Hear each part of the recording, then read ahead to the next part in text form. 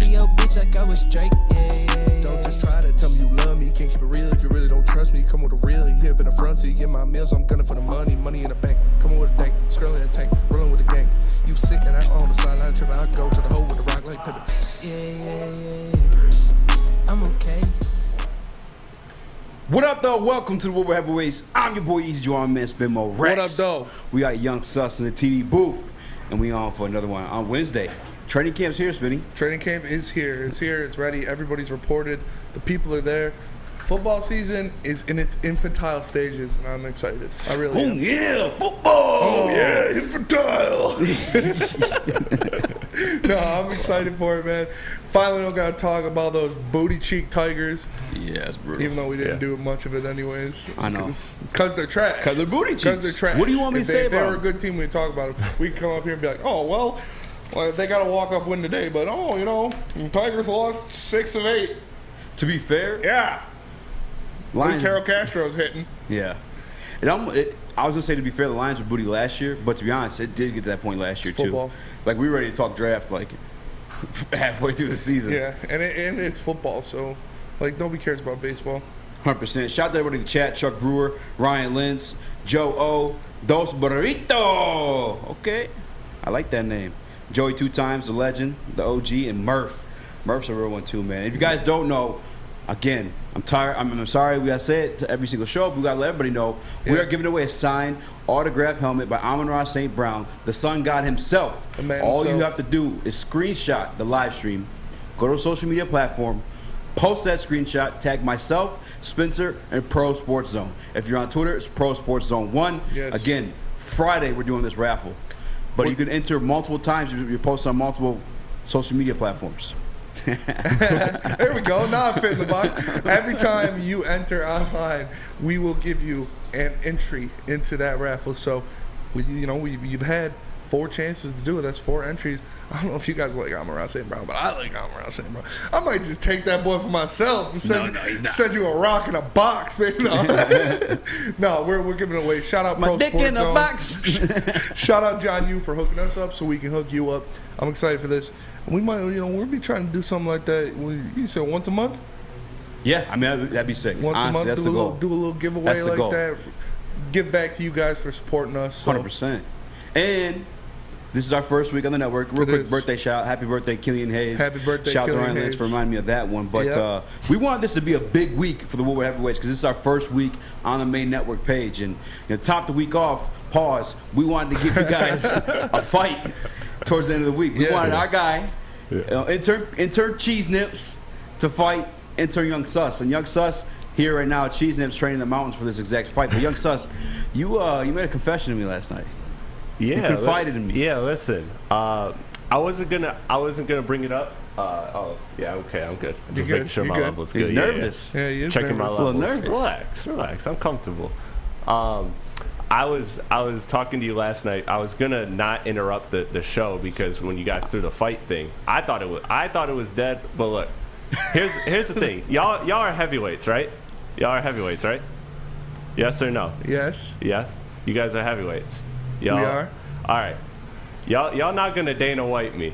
Y'all not gonna do that. No brand. It's not good for my brand. No compensation. None of that. He's Come scared. on, what are we talking about? He's scared. Listen, I know that's gonna be the narrative. That's the long form. That's a long You're form scared. way of saying You're quitting on it. You're backing out. Backing out of the fight. It is what happened to you're gonna dog walk him. You're all hyped for it. Listen, my confidence is there. My confidence is there. Doesn't sound like it. It 100% is there. Y'all know if there's one word that could describe me, is it not confidence? No, it's sus. Okay. Okay. We're not doing this. But no, man, I just don't think it's right for a brand. And truthfully another part of it is too. Is no. That's what it sounds like. I don't think I'd lose, and I don't think Owen thinks he'll lose. But I don't see Owen promoting it. I was promoting it. I was down for it, but I thought on it, and honestly, it's not my DNA to fight somebody for no problem. I've been in two fights my whole life, and they were some real problems. No, they were some real problems. They were some real problems. For I can't. him, he got I can't his do ass it. beat twice. He doesn't want to go a third time. Hey, I'll have my boy call in, and I'll have him say what happened when we fought. I can do that. He said there's some real problems. I had to pay for my hospital bill. Yeah. I'm still paying my cash and stuff like that. I mean, listen, man. I'm not gonna lie. I'm not gonna say that I'm not disappointed. Of course, because you gassed us up, man. We gassed up the audience. I'm confident. You're gonna be on my bookie, bro. Yeah, it's about building the brand. You're gonna be on my bookie. Yeah, but listen, the numbers ain't there. It's a brand too. What you mean the numbers ain't there? The numbers ain't there. What numbers? Yeah, what do you mean the compensation ain't right? I know I ain't getting a dime from this. How about this? I got two things for you. I got two things for you. So same for the brand, right? Yeah. You beating Cheese Nips. How does that help my brand? Doesn't build your brand at all. It does not. That doesn't build your brand. How does that not build your brand? I don't know. It sounds like he's scared. It sounds like you're scared. No, not at all. I'm not gonna bully you into getting your ass beat. I'm not gonna. You know what I'm saying? Because I'm not clearly gonna get my you are ass beat, scared. I promise But I love you still. I'm saying. I promise. Hey, I commend you for being man enough to say I don't want to get my ass beat. Yeah. However, well, listen. Here's the thing. However, listen. Owen's thinking the same thing. Come back. No, Owen's down. Owen's down to beat your ass. But I listen. I'm saying it first. Compensation wise, the blame's gonna be on me. Our YouTube channel is monetized. Yeah. Winner gets. The winner can take whatever's made off that video. I don't care. See, that's our numbers ain't there yet. Our numbers ain't there yet. You don't know what the numbers were are. there. I know they ain't there yet. Yeah. I know they ain't there yet. I'm talking about for compensation. You look at your numbers, heavyweight numbers. We on the stage for a reason, my guy. Y'all do great numbers. Y'all killing it. But for that, for my brand, nah. And again, it's just my DNA too. Man, that's fine. It's in your DNA to back out. I'm gonna let y'all run with whatever narrative you want. But it is what it is. Hey, you know what? Nips got you rattled. I ain't mad at it. If you guys think that Young Sus is scared, hit the like button. Yeah. All right. Hit the like button. Hey, let's smash that like button today. Let's get into 220. Hit the like button and subscribe because that's news. So it's news I was telling you. That's disappointing. I told him, I was like, I'm not telling Spencer, bro. You're telling Spencer. Yeah, that's disappointing. I mean, like I said, I didn't want to. I honestly thought it was dead because I didn't hear you guys talk about it the last couple of days. Nah, we talk about it every day. Yep. We literally called to you in the booth and made you do a promo. Yeah, every single time we had 3 words to say. And I think I heard you whisper, "I'm sorry" each time. Yeah. Well, sorry, she's in. Yesterday you were like, "I put on these beats to block out the haters." Yeah, that was yesterday. Yeah, the brand, you're Young Sus right now, right? Yeah. Don't you I'm good with like that because I know where I'm at in these streets. I'm verified. We can pull up shorties. I'm verified. All right, that's why you're Young Sus. Yeah, I'm verified. Cap sauce. Cap sauce. Okay. Colin Kaepernick. Either way. Yeah, I'm sorry about that, Spinny. You hurt a little bit. Yeah, it's disappointing. Yeah. It's kind of disappointing for y'all. It was free content for y'all, but all I love content y'all, is free content. Yeah, all content is free content. But nah. No one's paying. What do you think? That's how you make a name for you. So you go out and do stuff like that. Do you want to sell pay-per-views? I mean, you want to make a Patreon exclusive event? If the money was better, you're acting like you're a headliner, like you deserve like you're Conor McGregor or something. I know my value. What's your value? How much are you pulling into this? Well, how many people are checking in to see Young Sus? What's your advertising looking like? I'm gonna refer you to my agent for that. All right, get your agent on the phone. How about this? Because I don't want to just bowl you on air and just look like an ass. It is, man. Will you make a poll? I'm comfortable. Ask the people if they want to see you and Cheese Nips fight. If the answer is no, we can let it die down. If not, I'm gonna bowl you, bro. I'm comfortable. We'll put this on the Patreon exclusive. You want to get paid? I mean, what's up? Like, just say you're scared. If you're scared, he's acting like Conor McGregor. Free get you paid, my guy. You just gotta know your value when you know to pay. Like once I slide you a 5, just know it's all you're getting. I'm slide a 5. Once I slide you, dude went from an intern to a headliner overnight. Yeah, that's crazy. Yeah. Switching up, acting different. Yeah, man. Everybody that sits in that booth starts acting different. First Trader G. Yeah. Now Young Sus. Maybe this booth got me feeling different. What can I say? You know what? You make that damn poll. All right. I'm making it. I'm making it right now. Cheese Nips got you shook. Right. That's wild. That is wild. So your head's looking clean today. My head is looking clean. We washed off. If you guys didn't know yesterday, Jerry Stackhouse was in the building. He was the and Stack we man. had him sign the head, and yeah, so like I know people do that in the serious note. Hey, sign my head, sign my baby. Why? It washes off. I don't know. Unless you're running to get tattooed right away. I do know a girl who did that. I signed. Yeah, I seen a Travis Scott. Somebody got a Travis Scott tattooed on him. Their signature. Young Sus. Oh, I can't. That's do a that. little. That's a little much. I know. Listen, I'm I not signed scared of no my smoke. name on the back of his girlfriend's neck one time. She went and got tattooed. Bold of you to assume I have a girlfriend. Oh yeah, Young Sus. That's I true. forgot. That's true. Yeah, I know how you are in these streets. Verified, but Verified and terrified of Got commitment. the blue check mark in the streets. Verified and terrified of commitment. You know how I rock. verified and terrified Hey, of cheese nits. Speaking of fights, our boy Adam was downtown last night. Yes. At Comerica Park for the Yes. Detroit Tigers game. It was Fire Avila Night. It was. I'm a little bit disappointed in our guy. Just a little bit. He got all his signs taken away. Did he? Yeah. Right before he even got in? Or Yeah. what? Oh yeah. They Damn. confiscated the condom sign. They confiscated the hippo sign. Oh, they're definitely confiscated a condom Yeah, sign. there was a bunch of magnums and baby clothes. A Yeah, weird combination. Weird but- combination, bro. I'm just saying, like, you want to make a commitment, you should have talked to my man Joey. Joey literally shaved the number 9 Yeah. into his chest when Matty Stafford won the Super Bowl. Or he was Yeah. going to the Super Bowl. I That, didn't think that he was won at that point. impressive. And I want to say this. I wanted you a lot drunker and a lot sweatier. All right, that's all I'm saying, dumb- man. dumb Like, show me you Damn. put, gave the effort. Yeah. Someone in the chat going crazy? Dom Rivera said Tommy Fury over here. He washed out. I'm disappointed. Yeah, I feel bad. I don't want to like bully you into the fight. No, but it is what it is. He already spoke his piece. Yeah. yeah, We'll I mean, remember that from now on. for sure. I'm comfortable. Next time he asks us to do a promo video, When Yeah. have I ever? you asked Easy to do a promo video for you being TD. No, I didn't. Oh, you did. Oh, I said I asked if here. Let me put it on me. I asked if you guys wanted us to do one like for it. I just asked if you wanted to. I didn't ask to do one. Will in the chat saying fire Avila. He was there, flame emoji. In this house we stand Victor Reyes. Victor Reyes did have the walk-off double, drive in Jonathan Scope and somebody else to score There we in go. the bottom of the 9th to win the game. So good for them, good for Victor Reyes. Tigers still suck. Avila's still the GM, which is terrible. That man should be fired. I don't trust him trading away pieces to get any kind of return. Trade deadline's coming up. It's scary because Avila's still there, sitting on his ass, cashing checks. And he's done nothing. He is going to give. They said everybody's looking at Scooble. Obviously, baseball trade deadline's different. Everybody goes after everybody. Scooble is a hot commodity. He's the best pitcher on our team. He's the only pitcher on our team because everybody else is injured. But I don't have faith in Avila to turn Scooble or Lang or Fulmer or whoever, Soto even, into decent pieces that will make this team better in the future. I just think he's going to ruin it even more, and he's going to push this team down the rabbit hole. So he needs to be fired tomorrow. Like, Yeah. he can't have his hands on. He shouldn't have had his hands on the draft, and he can't have his hands on the trade deadline by any means necessary. We need to get our boy Rogelio in there, have him do the trades, Yeah. because man, he'll find something better than Al. I'll tell you that right now. That is a great point, though. Like, I don't mind School being on the market if there's a competent guy Yes. making a move. Yes, if You it know what was I'm somebody saying? you can trust. If it's Dombrowski putting School on the market, you're getting something back for sure. Yeah. Well, not so much. Al, you're not getting anything. You're going to get 3 Alcantaras and a catcher who retires. Yeah. So I don't want that. And by the way, Tigers fans, I feel like Fire Avila Night should be on a night that we're guaranteed to take the L.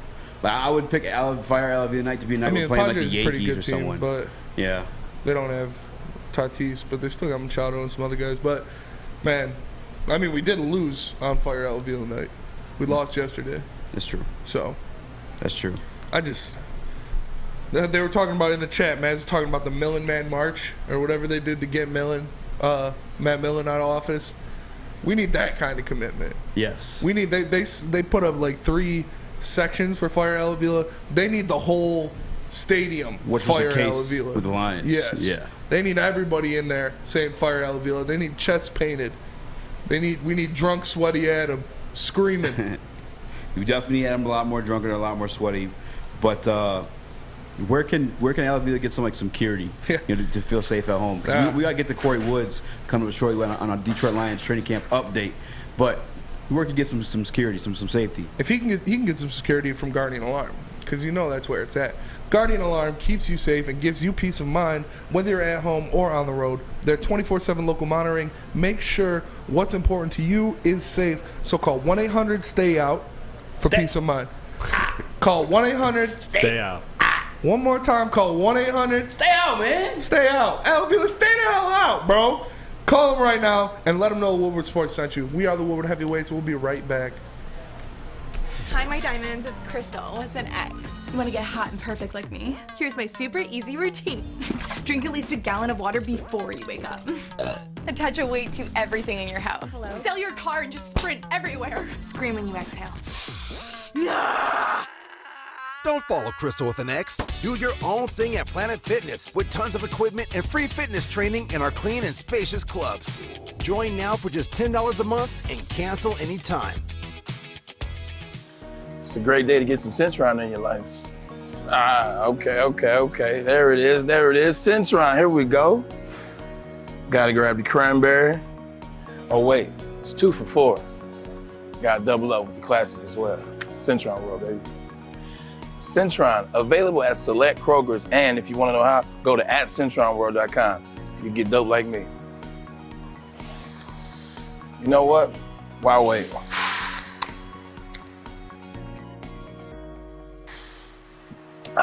Great taste, guaranteed.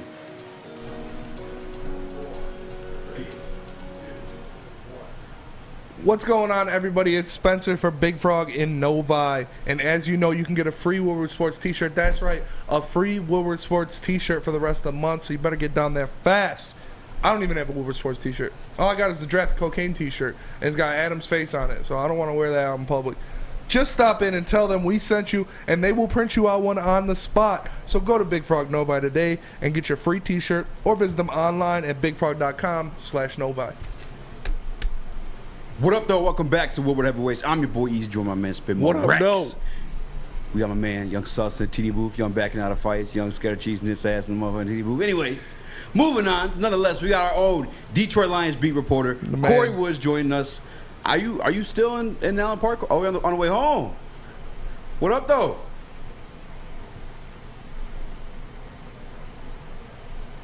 Oh, I don't think we can hear you. Is you get press the buzz B button, Chris? Is it giving levels?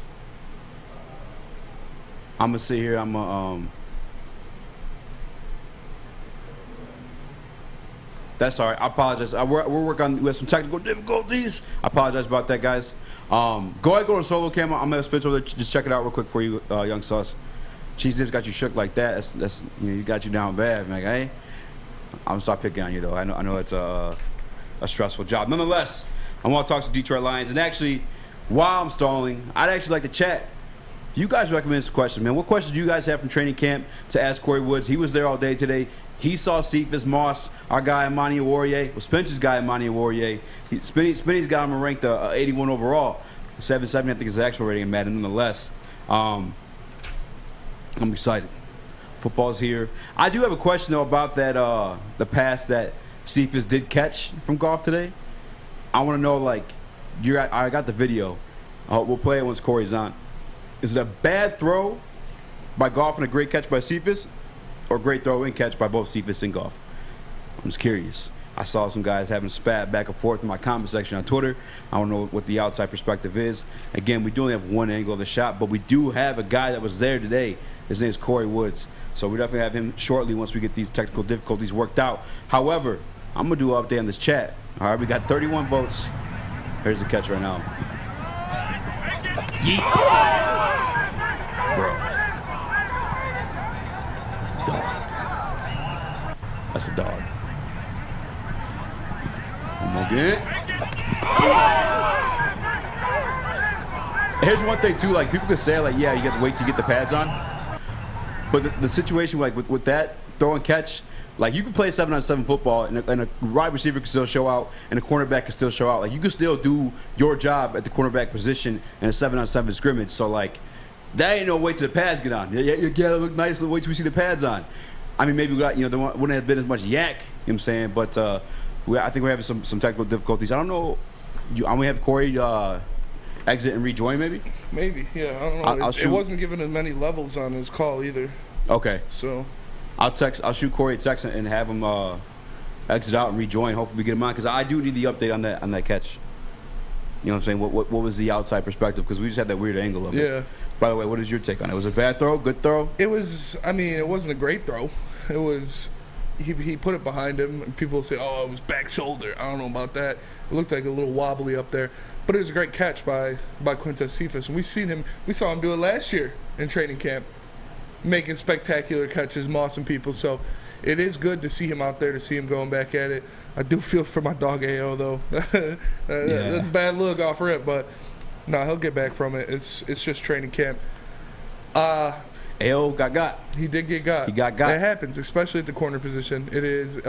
It's tough to see that from my boy, but it makes me happy to see that Quintez Cephus is healthy. He's out there making plays, making athletic plays like that, making plays on the ball. So good for him.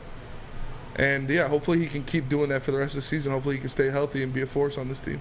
So that was my thing, is like I don't know if you guys remember back to like the Green Bay game at Green Bay, second game of the year last year. Quintez Cephus was doing his damn thing.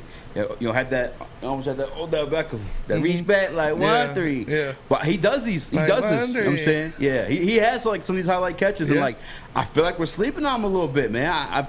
I shouted him out the one time when I was filling in for BDE. Neil tried to like trash me for it, but like, yo, Quintez Cephus only has 2 years in the NFL.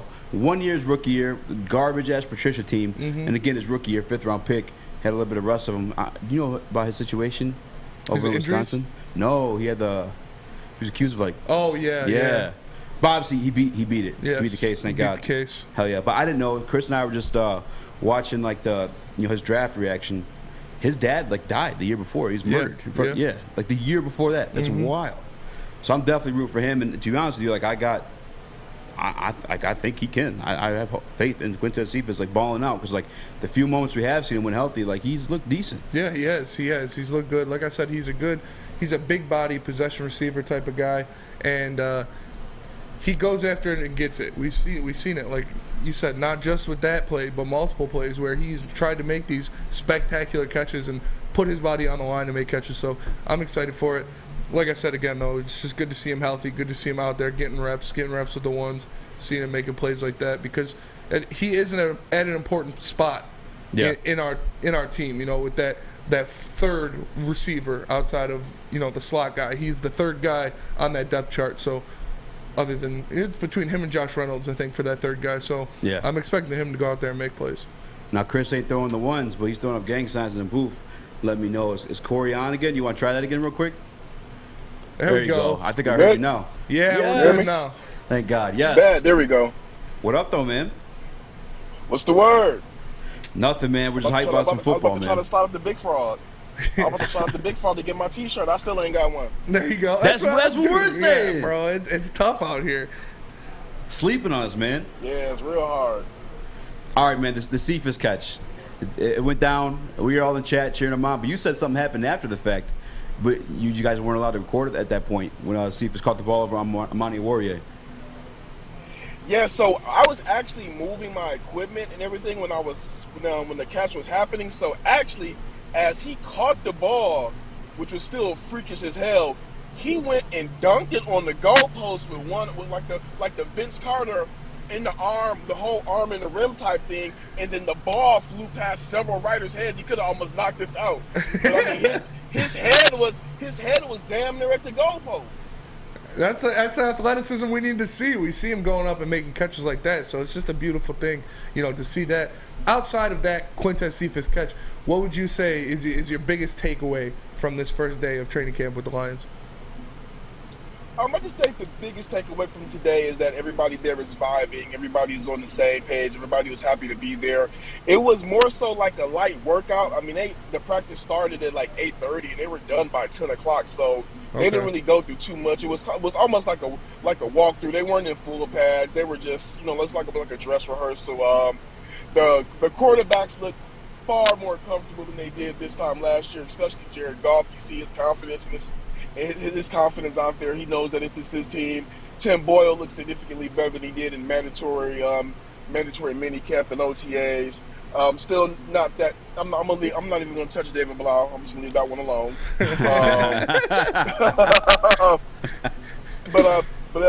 Yeah, the guys look pretty good. Everybody looked pretty good, and everybody looked pretty in shape. Jeff Okudah, I know that's one guy that everybody is looking forward to seeing what he can do this year. Basically missed most of his rookie year, missed all of his sophomore season here. So now this is really going to be like, I mean, what his real second season with the Lions, per se. So, you know, his confidence is there. If you go on Woodward Sports, I'll drop the clip of some things that he said. And everybody's really upbeat. I think the one thing, and I'm gonna let you guys get a question in, the one big thing that really had me a pause for concern is something I wrote about on Woodward Sports, and it was about Josh Pascal and his injury. He just got moved to the active pup list, and he had injury concerns coming out of college. He had injury concerns. Well, he had an injury that kept him out of mandatory minicamp, a lower extremity injury.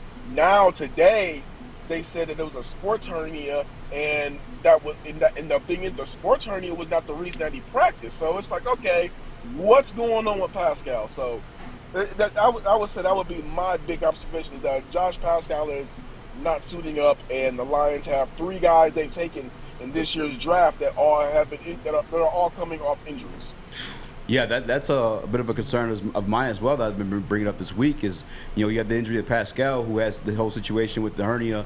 But that was something that happened in college. If it happened in college, it should have been healed by now, or at least done some type of like surgery on. And if it did heal, like, it's re-aggravated, that's a bad sign. You had the Levi Enrique pick last year as well, dealing with his issues. But I wanted to ask you spoke on Jeff Okudah. You were actually there last year, throughout all training camp. Did he look promising? Like, did he look good or like something that you were hyped about headed into that last season? He looked like he had his head on his shoulders. I mean, you also got to think about this.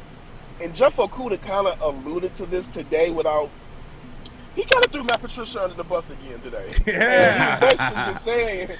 He was just basically saying, like, coming out of Ohio State, he was a little bit naive coming into the NFL, and even in his first year here. So he said now he still is kind of like he's understanding things a lot more. And I thought last year he looked a lot better in preseason, but we didn't even get to see him have a whole season of progression. It got cut out in week 1. So we're talking about injuries and stuff like that, and we know that there was a lot of injuries dealt with on the offensive line last year with Frank Ragnow, with Taylor Decker, with other guys like that. How did the big guys look today? Because that's an important part of this year. Everybody's talking about how great this offensive line could be. Did those guys come in? Did they look healthy? What was going on with them? All of those guys look pretty healthy, look in great shape, especially Taylor Decker. Taylor Decker, I mean, he's a big guy, but he still looks like he's in pretty good shape. I want to say he maybe looked like he lost a couple of pounds. I could be wrong on that. Maybe my eyes are playing tricks on me, but the offensive line looked good. I just want to say I don't want to put too much on it because they weren't in full pads. So yeah. once it was like I said, it was like a walkthrough. So once they get to that next level, then I'll be like, okay, this guy looked like this guy looked like that. One more thing, we'll get to break, and if you want, we have you sit through break, or you get going too, because I know it's just a walkthrough today. But did Goff have a favorite receiver today in the 7-on-7s during like that portion of the practice? I didn't see a favorite target of his. It was like they were just going through the motions today. I mean, Goff didn't really do anything too significant. I mean, none of them really did anything of significance as far as the quarterbacks, but I would say that Tim Boyle looked a lot better. Like, I'm like, okay, because what I liked on Boyle was just his passes looked a lot more crisp, and he was made better decisions on escaping the pocket and trying to scramble. For sure. The real TB12 coming out there making plays. the Detroit TB12. One last question before we go to break here. What was the vibe of the coaching staff? Because we know, Dan Campbell, he has a lot of pressure on him this season to produce a winner, because not a lot of people were happy with that 3-win season last year. Was it Dan Campbell business as usual, going crazy, being excited? We saw the interviews you had where he shouted you out, said he liked you. That's dope. That is really dope, by the way. But what was the overall vibe of the coaching staff in this first practice? Business as usual. Okay. I mean, those guys last year, I don't want to say last year the coaching staff came off as nervous. I believe they came off as confident, but I also believe that they came off like they had so much on their shoulders of trying to change the culture in Detroit and make this a place where guys like, hey, this is not the SOL, same old Lions. This year and this vibe today was like, we know who we are. We know what we're going to do. We're confident in that, and we're going to go coach. And that's what the vibe felt like. It felt like this is we're going to make practice fun and lighthearted, but this is business. For sure. All right, just real quick, because we do got to pay some bills. I'll do speed round real quick. Chris, cue the camera to you. Have you met intern Owen yet, Kory? The one from Michigan State. He's a little bit, not this one. That's young sus. I'll put Kory back on the screen. All right. I say put your ugly ass in queue. I didn't say put you on. have you met intern Owen yet? Yeah, I met intern Owen. Who wins in a fight, intern Owen or this kid? put Kory back on now so we can hear him. All right, so look, I'm not calling that man young sus, but he got some reach on him. He does. He got the reach on him. But Owen looked like he's stocky. So if Owen catch you with one, it looked like he, if he ain't got a chin, it looked like Owen might be able to get him out of there quick. So I don't know. 100%. I'm gonna go with Owen. I'm gonna go with Owen. Oh man, I think young sus went with Owen too. That's why he backed out of the fight. That's why he backed out of the fight. Are you pro teal? Are you pro teal? Last question. For the Pistons. Yes, absolutely. Okay. Smart man. Thank Obviously, you, Kory. the Appreciate best in the business, our own Lions insider, Kory Woods. He's going to be down in Allen Park for the rest of the year. He's going to be there every day. That's his second home now. So expect the content to come flowing. That man does it better than anybody else. Kory, we appreciate you for joining us. Enjoy the rest of your day, man. Thanks a lot, man. Thank you, Kory. And if Kory's hungry after a big first day of training camp, there's only one place he can go, and that is Big Boy. Because Ciabatta is back at Big Boy. Look at that. They got the Sunrise Ham and Cheddar, the Chicken Cordon Bleu, the Chicken Club, and if you don't want the ciabattas, which I don't know why you wouldn't, you can keep it light and go for a summer salad. They've got the Chicken Caesar, the Michigan Apple, and the Greek salad. Don't forget, they got the nice hand dip shakes as well, the cookies and cream or their strawberry shake. And let me tell you, that cookies and cream is a hitter. That boy is fire. So make sure you go down and check it out. First thing first at Big Boy, because you heard it here first. Summer just got better at Big Boy. We are the Woodward Heavyweights, and we'll be right back. Fellas, let's be honest. We like things to be easy. We like simple stuff, like sports 7 days a week. We like things uncomplicated, like Lady Jane's Haircuts for Men. Open 10 to 8, 7 days a week. Walk in anytime. Sign in, sit down, watch your favorite team play, and before you know it, your hair will be game ready. Open 10 to 8, 7 days a week. Walk in anytime. Lady Jane's Haircuts for Men. It's wicked awesome. Hi, I'm John from Better Rate Mortgage, and to me, family is more than blood. That's why I have the biggest family in Metro Detroit. If you're looking to buy a house or refinance and need a loan, chat are asking what come get treated better than family by me video and our entire team here at Better Rate Mortgage. We pride ourselves on giving you better advice, better service, and a better loan experience. That's why we are Better Rate. If you're looking for a new mortgage, come get treated like family. Actually, better with Better Rate Mortgage. Visit us at mybetterrate.com or call at 248-480-4467 today. What up, though? Welcome back to Woodward Heavyweights. I'm your boy Eazy, joining me, spin more What racks. up, though? We got my man, young sus, backing out of fights in the TD booth. I'm sorry. Hey, you said there's no traction on this fight, by the way. I'm looking at this YouTube poll. I see 66%. All right, I got a whole lot of 66% versus 34% who didn't want to see the fight. I'm just saying. That's true. I mean, that's traction, but that's not where I need it to be. Where do you need it to be? Where he needs it to be. Who does this guy think he is, man? This is crazy. I mean, it's young sauce for you, It's man. crazy. I don't know. I have nothing else other than that. I mean, once we get him back on, I gotta know where does he need it to be. Then he fucking moves. Because this is crazy. Mute the booth. Mute the booth. This guy's in there cussing him out. I don't give a fuck. Yeah, you guys can guess who that was, but yeah, there was a lot going on today.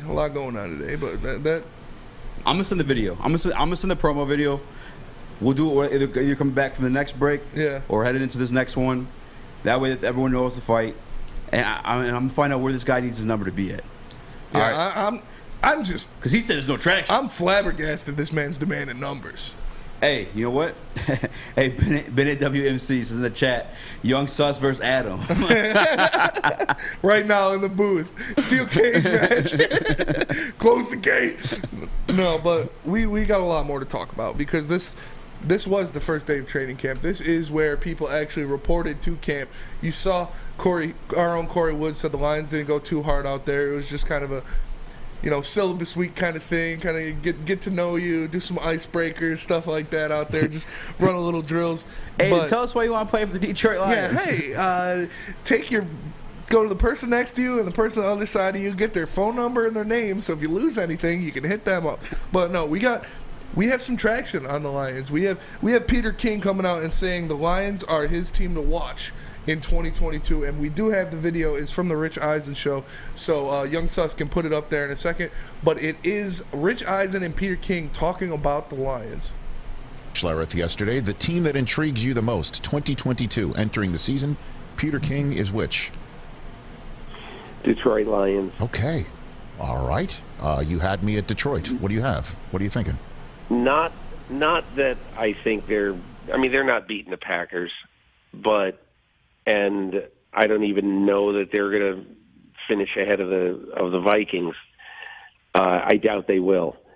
But I just like a lot of the things that I see happening in Detroit. All right. I think that Dan Campbell has a very, very good feel of the pulse of this team. I think that Aaron Glenn has been jonesing as the defense. These guys play really hard for this coach. And I like a lot of what I see. There was one thing, I was there in May, and it was the end of an OTA practice. And coming off the field, I was standing there talking to Brad Holmes, their general manager. And coming off the field, I bet there were 20 guys who came up and either fist bumped the general manager or hugged him and had a little 30-second little thing with him. And when he finished, I said, man, these guys not only like you, they looks like they really like being here. That you just kind of get the impression that things are changing there. And I think they got a decent chance to win 7 or 8 games. How about that? Who's the next quarterback to sign? How about that? How about that? Peter King said 7 or 8 games. Well, that's all I'm saying. That sounds pretty reasonable. For sure. But if it's 7 or 8, if it could be 10. It can be 10. I'm just saying. That's a jump.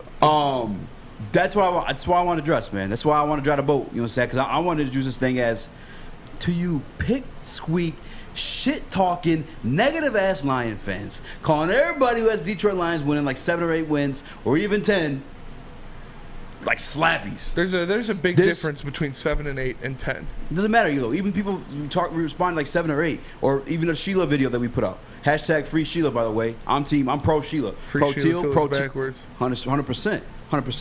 But it's not a slappy take, bro. Peter King is like he's a Monday morning quarterback. You know what I'm saying? He's highly. That's why he's on the Rich Eisen show for a reason. You see him on Kyle Coward for a reason. Maybe we'll have him here for one day for a reason, though. You know what I'm saying? This guy's always talking about. It's not just him, though. It's the girl from ESPN as well, Mina Kimes. I don't know how to say her name correctly. Did I do it? Yeah. Hey, shots at me. Nonetheless, though, it's not a slappy take. You know what I'm saying? I understand some of you people are hurt. You know what I'm saying? You got some PTSD in you. Your heart's broken. My heart was broken, too.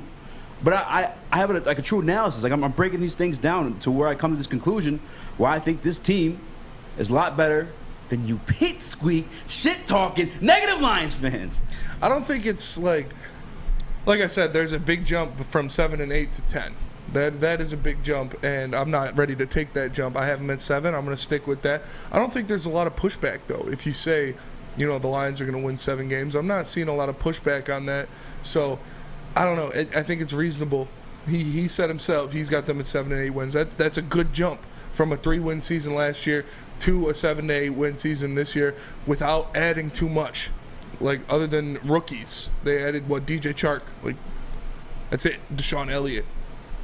So it's. I can see that that's a 4-game jump. That's a big jump, especially in the NFL where it's hard to win games. It's hard to be consistent on a weekly basis.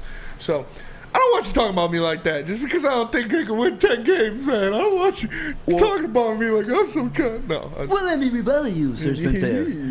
The Detroit Lions 2021 team had a lot of injuries on it. So it's not like you're just adding in, the rookies. You're adding in Frank Ragnow, who, pound for pound, we probably say second best player on the league. Yeah. Or I'm sorry, in the Detroit Lions. You also have, sorry, Adam snuck in here, messing us up. What's happening here? I don't even know what the hell I was saying. Frank Ragnow. Frank Ragnow's coming back from injury. Yes. Taylor Decker, we missed him half the season last year. Penei Sewell, it's year 2 of Penei Sewell, by the way. I got graduated Penei Sewell. You could say somewhat, Jeff Okudah, year 2 of him. Who else got hurt last year? A lot of guys. DeAndre Swift. We had no receiving core. We have a receiving core this year. We didn't have a receiving core last year. We didn't. We didn't have a receiving core. Nonetheless, man, like it's more than just like the rookies. You know what I'm saying? Like, there's a lot of guys that are banged up last year due to injury coming back this year. It's true.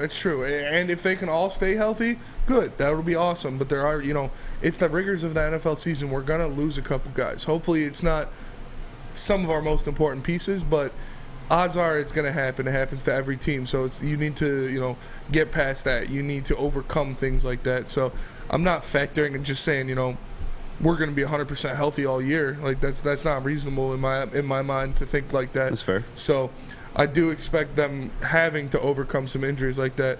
And, yeah, having Frank Ragnow back is going to be a big help. Having Taylor Decker back, having him all year, hopefully, is going to be a big help. Romeo Quara at some point. He's still injured. Ife Melifonwu was also he was listed questionable on the depth chart. So he was on. And even Ife Melifonwu, he's your 4th cornerback?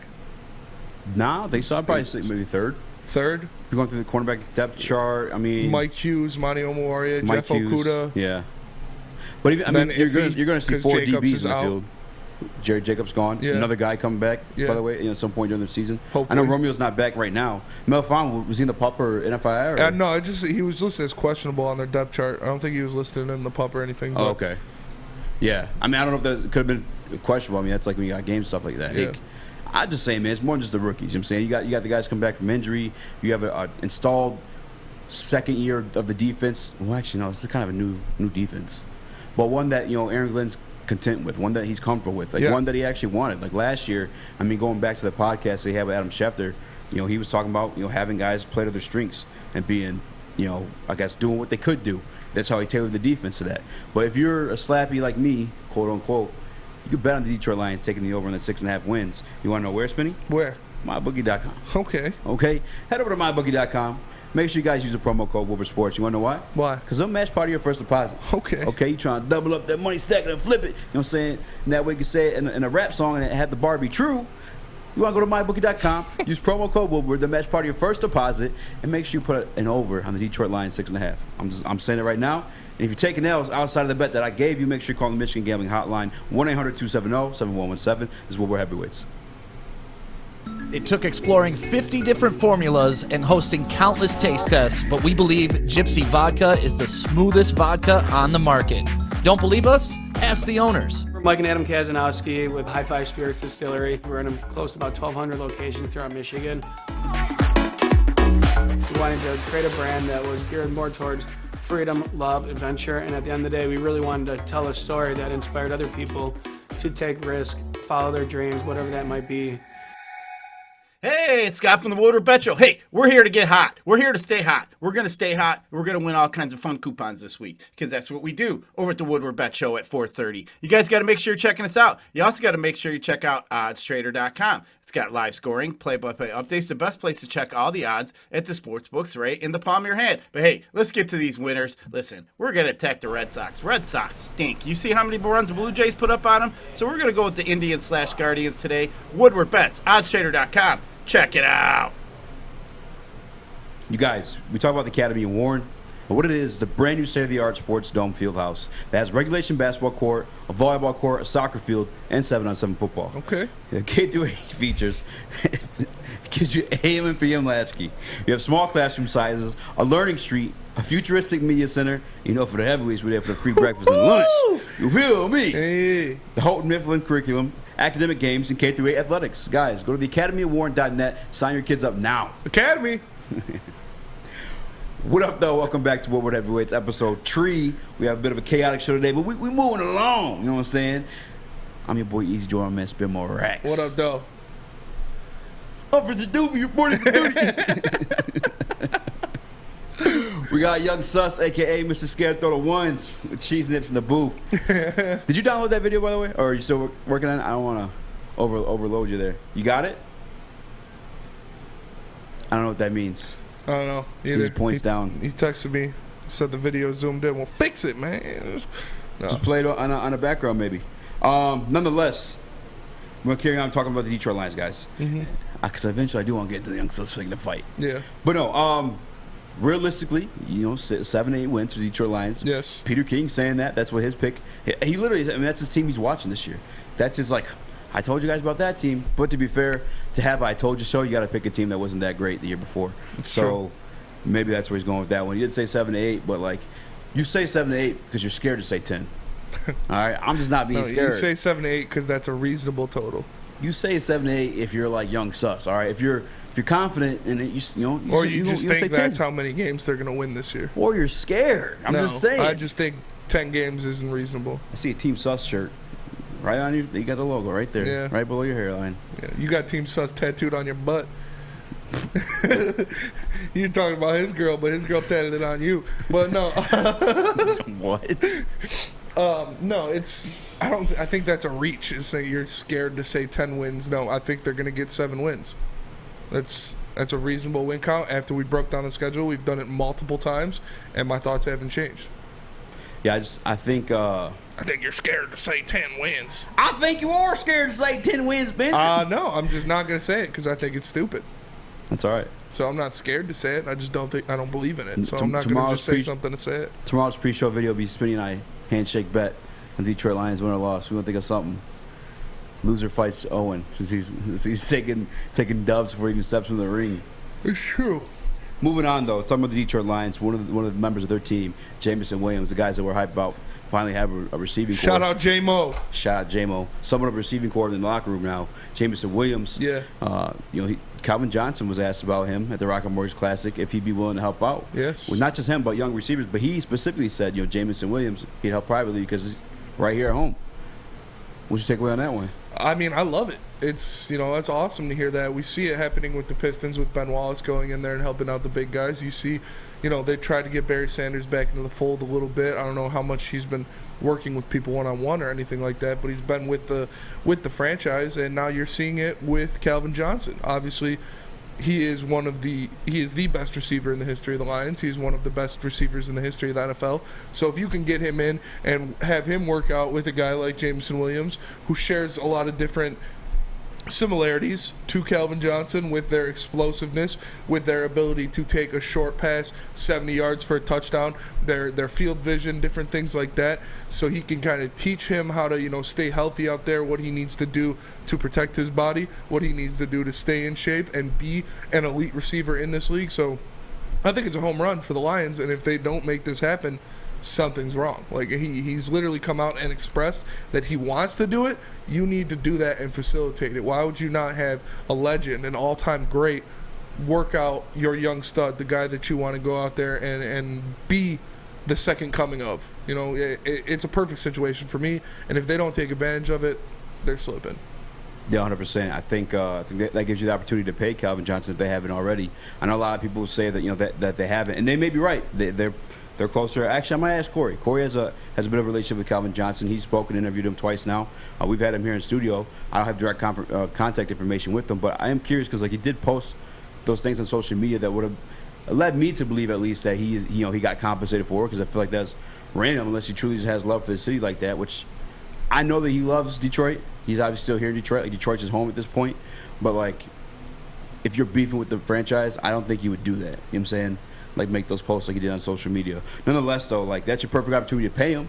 My only question is, and I kind of wanted to ask this during the Rasheed Wallace segment yesterday about him possibly coaching the Detroit Pistons, is I feel like it's more fanfare or us being just fans than it ever being a realistic expectation that having a Rasheed Wallace or Calvin Johnson, particularly in the coaching staff, would make certain players better, because there's just different people, there's different skill sets. I mean, you look at Michael Jordan, who's the owner of the Hornets. He's the greatest, right? Ain't none of that rubbed off on that damn franchise. That's a total difference, though. He is the owner of the company. He's making shots. He's not a great owner. But if you had Michael Jordan mentoring people one-on-one, teaching them how to play basketball better, completely different. Obviously, you want to bring in an all-time great to help your young receivers. There is no question about that at all. Who would you rather have mentoring a young receiver for the Detroit Lions, Calvin Johnson or some nameless dude that you never heard of. Obviously, Calvin Johnson. He's proven that he can be great. He knows what to do. You need to bring him in. I don't like the Michael Jordan comparison on that because he's hands-on making decisions and has proved he's a bad executive. There's a difference between being a bad executive and mentoring a young athlete. You wouldn't think Michael Jordan's down there at the practice facility messing with those guys. I know he is. Not as much. I mean, the dude's an owner. He's got a lot on his plate. I don't think he can be doing one-on-one practices with guys. Like, if you're telling me bring in Calvin Johnson as a GM, I'd say, no, that's probably not a good idea. But bringing him in to talk to Jameson Williams, to show him different things on how he played in the NFL, I think there's nothing wrong with that, and there's absolutely zero downside. I'm not saying there's anything wrong with it or that there's downside even to that extent. I'm just saying, does it really mean anything at the end of the day? Because we do see greats come back and coach, but it hardly translates for me, from my perspective. I mean, the one guy I point to that I actually am a big fan of as a coach, probably Jason Kidd, but like Chauncey Billups, for instance, with the Blazers. I know they had their situation last year, but again, I think there is a big difference in being the head coach of a basketball team, the head coach of an athletic team, compared to what Calvin said he wanted to do, which is mentor a certain young receiver. To go up to him and tell him, hey, this is how you get off. This is how you need to do this. This is how you need to position your body when you're taking hits in the NFL. It's different than trying to draw up X's and O's as a head coach. He's not saying he's going to go out there and coach the team. He's saying he's going to go out there and mentor these young guys. So obviously that's important, and not only his knowledge is important, but having him in the building, like having Jameson Williams walk up to him and be like, damn, that's Calvin Johnson. Like that's important too. Like, damn, this is greatness. This is one of the best receivers of all time who played for this franchise. This is what I'm striving to be. The mental on top of it alone is a big factor. I mean, I hope this is the case. I just like to look at real life scenarios. More than just Jason Kidd being the head coach. You had Rasheed Wallace that was literally here in Detroit before. You know what I'm saying? I'm not trying to disrespect Andre Drummond, you know what I'm saying, or Greg Monroe, but I just... Yeah, but look at Rasheed Wallace's last job when he was in Memphis. And he's working with guys like James Wiseman and Jalen Duren, who turned into top picks. But also number one prospects going into the situation as well. Okay, and Jameson Williams was arguably the number one wide receiver in the draft. Okay. So you don't think bringing in Calvin to help him, to mentor him, would help? I'm just saying, looking at situations in the past, like Warren Sapp working with defensive linemen in Tampa. Yeah, no, I question it. I mean, I see a lot of situations where it just doesn't really mean anything. I don't think that at all. I think it would be nothing but a plus to bring in a guy like that and have him help a young receiver. You're saying it as if I'm saying it's a negative. I'm just telling you, I don't know that it's anything. I don't know if it's a net positive or negative. I think it's positive. Yeah. I think saying it. Bringing in Calvin Johnson would be the same as not bringing him in. It wouldn't do anything to improve Jameson Williams. I don't know. I think that's a little ridiculous. Yeah. And I don't even know if he's talking about coming back as a full-time coaching situation. No, he said he wants to mentor. That's what I'm saying. He's not saying that. He's not saying he wants to come be a coach, be the wide receivers coach, be a head coach. He's saying he wants to mentor these young guys and show them as one of the best receivers of all time, this is how you do things. Yeah, I mean, I hope that's the case. I just sometimes I have no issue with it be happening. Damn right, I would like Calvin Johnson in there. I just want to, pump the brakes a little bit on expectations to where, if that were the case. I think a lot of it's probably just alleviating the learning curve of being a rookie. I know the biggest thing in the article I read from ESPN, shout out to Eric Woodyard, his biggest takeaway or biggest advice he'd give to him is take care of your body. And I look at Calvin Johnson. The guy's only 36 years old. His career ended early. He can still be playing. I mean, I don't know if he'd still be playing right now, but actually, I don't know. Who is the oldest receiver right now? In the league right now? Yeah, some old guys. Off the top of my head, I don't really know. Randall Cobb's pretty old. Yeah, Randall Cobb's pretty old. I don't know. I couldn't tell you just off the top of my head. Oldest receiver. Right now, tell me the longitude and latitude for the position we're standing in right now. I'm just having you throw some names out. DeAndre Hopkins is only 30. That can't be true. There's no way in hell that's true. DeAndre Hopkins? No, Randall Cobb's older than DeAndre Hopkins. For sure. Randall Cobb is only 31. Damn. I thought he'd be way older. Is DeAndre Hopkins that old? I guess he wasn't always like sick. Noah D. I mean, Jesus Christ, he is not that hard to comprehend. Larry Fitzgerald. He's retired. Danny Amendola, 35. Matthew Slater, if you count Matthew Slater, he's 35. Ted Ginn's 35. Is Ted Ginn's still in there? Deshaun Jackson, 33 or 34, and he's still burning dudes. Emmanuel Sanders is 33. Antonio Brown's 32. Nonetheless, he had to retire early, is my point. And, take care of his body. He retired, 2015, well before his time. This is probably the biggest advice for a reason, right? Yeah, I think that would be a big thing, is helping him show, how him to take care of his body, how to take hits, how to make sure guys aren't just taking out his knees and stuff like that, along with little quick twitch things he can do. Like I said, they're both very explosive guys. How many times did we see Calvin Johnson take a slant 70 yards for a touchdown, taken out 60 yards down the field? That's what we're expecting out of Jameson Williams. So I think he can show him how to make little get-offs, how to make separation.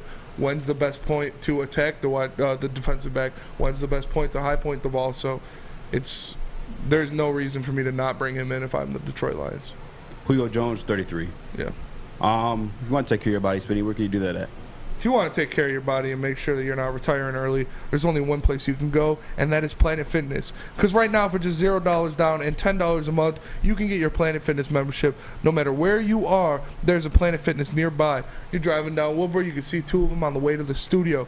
So you can join in-club or online at planetfitness.com. And remember, until the end of August, high school students can work out for free thanks to the summertime pass. So go check out Planet Fitness. It's Planet Fitness, where your fitness is essential. We are the Woodward Heavyweights. We'll be right back. At work and at home, we're there with smarter security solutions. Featuring complete automation with customized alerts and more. For over 90 years, we've been the company that's been counted on to protect what matters most, all with personalized service and care. Right now, for a limited time, receive a free video device plus free installation with a new home system. Guardian Alarm. We protect Michigan. When you need apparel, there's only one place to go. Big Frog in Novi. With no setup fees, no artwork fees, no minimum, and a 24-hour turnaround, you can have your whole team outfitted in no time. Embroidery, direct-to-garment, vinyl, and screen printing, Big Frog has it all in all the styles you want. So whether it's a sports team, fundraiser, school event, or corporate needs, Big Frog is your one-stop destination. Visit bigfrog.com/Novi or call 844-4-BIG-FROG. Our friends at Alt Equipment know that when it comes to getting your job completed on budget and on schedule, uptime matters. That's why Alt Equipment is partnering with the biggest names in construction.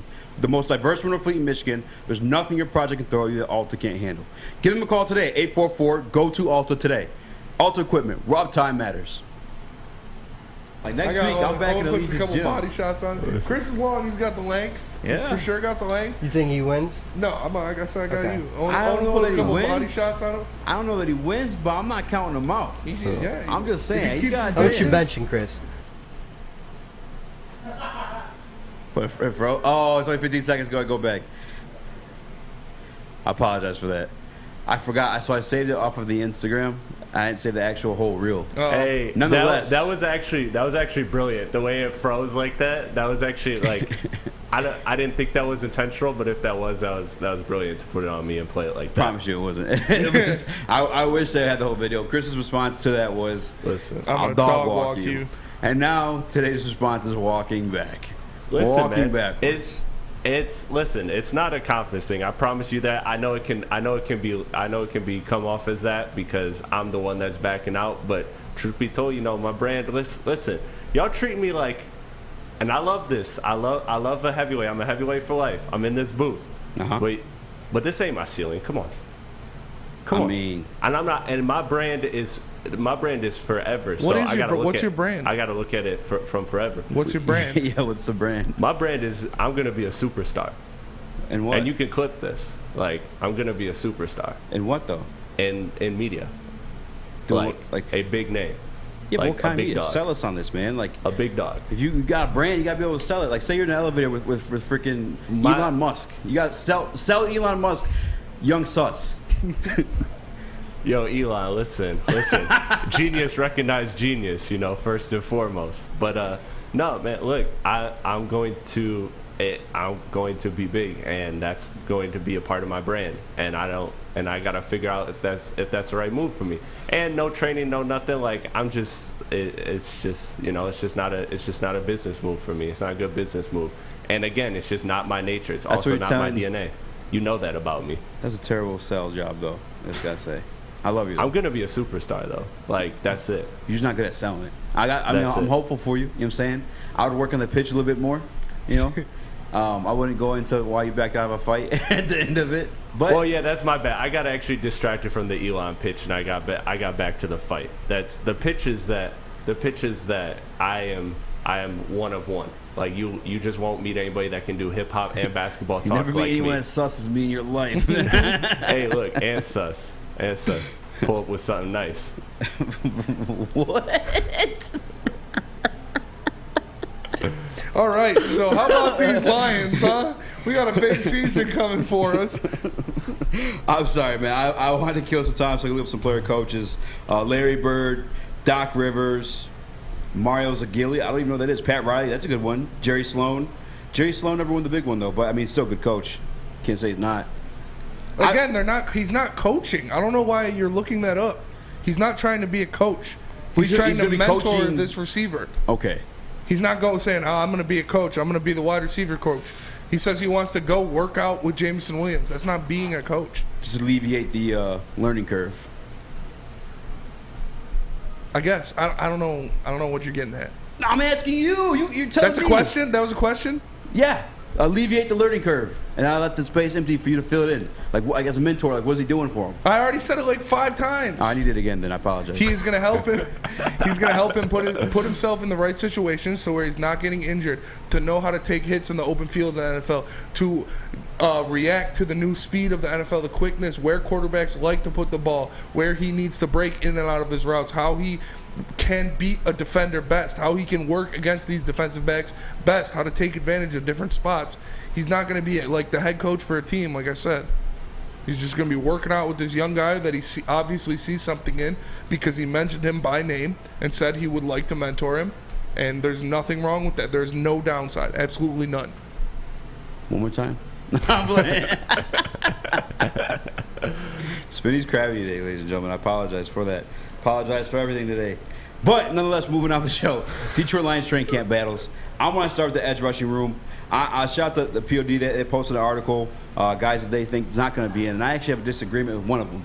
Austin Bryant, edge rusher for Detroit Lions. We know his name because he's made plays in the past. Yeah. Maybe not consistently, but you saw him out there. I mean, and to his point, and his defense, to his guardian alarm, he's had coaching staff switched around like every other friggin' year. Yeah. You know what I'm saying? But Austin Bryant, James Houston, John Kaminsky, Anthony Pittman, like, looking at the roster, some of these edge rushers, like, let's start with Austin Bryant. You think he's gonna make the team? Austin Bryant, I don't know. It depends on how many they bring out of camp and what the injury situation is going on with, like, Josh Paschal, and if he makes it, if he has to be on that PUP list. It depends. There is going to be a lot of opportunities for him to make the team for sure, because he has proven that he can do this at the NFL level. We've seen him do it before, so he has that on his back. But I also like that young guy we got out of James Houston, out of was Jackson State. Yes, sir. So he's got guys that are going to be chomping at the bit. We don't know what's going on with Josh Paschal or Romeo Okwara. If either or both of them are out, that will definitely free up space for somebody like Austin Bryant to sneak in there. But in my eyes, you need as many pass rushers as you can, so I can't see why they would leave a guy who's proven he can be a pass rusher in the NFL off the team. 100%. Yeah, I'm looking at Austin Bryant's stats in the past years. Last year, he did have 4.5 sacks, his best year in his career. Other than that, not a lot of PT to show himself or prove himself. Games played in total, 10 games in the last 2 years. 2021, though, that 4.5 sacks, I think that obviously, I mean, there's a better coaching staff, quite clearly. You see the situation there. Yes, guys do get better probably each year of the NFL. I think year 2, year 3, you are, you're coming to your prime, which you will be. I mean, Charles Harris actually wasn't the case. He showed a lot more promise here in Detroit. But that's, again, the coaching staff. You saw Austin Bryant 0-0-0, and then you give him Aaron Glenn, coaching staff, 4.5 sacks. Also, I'm just not ready to throw him away yet, man. I don't want to like have.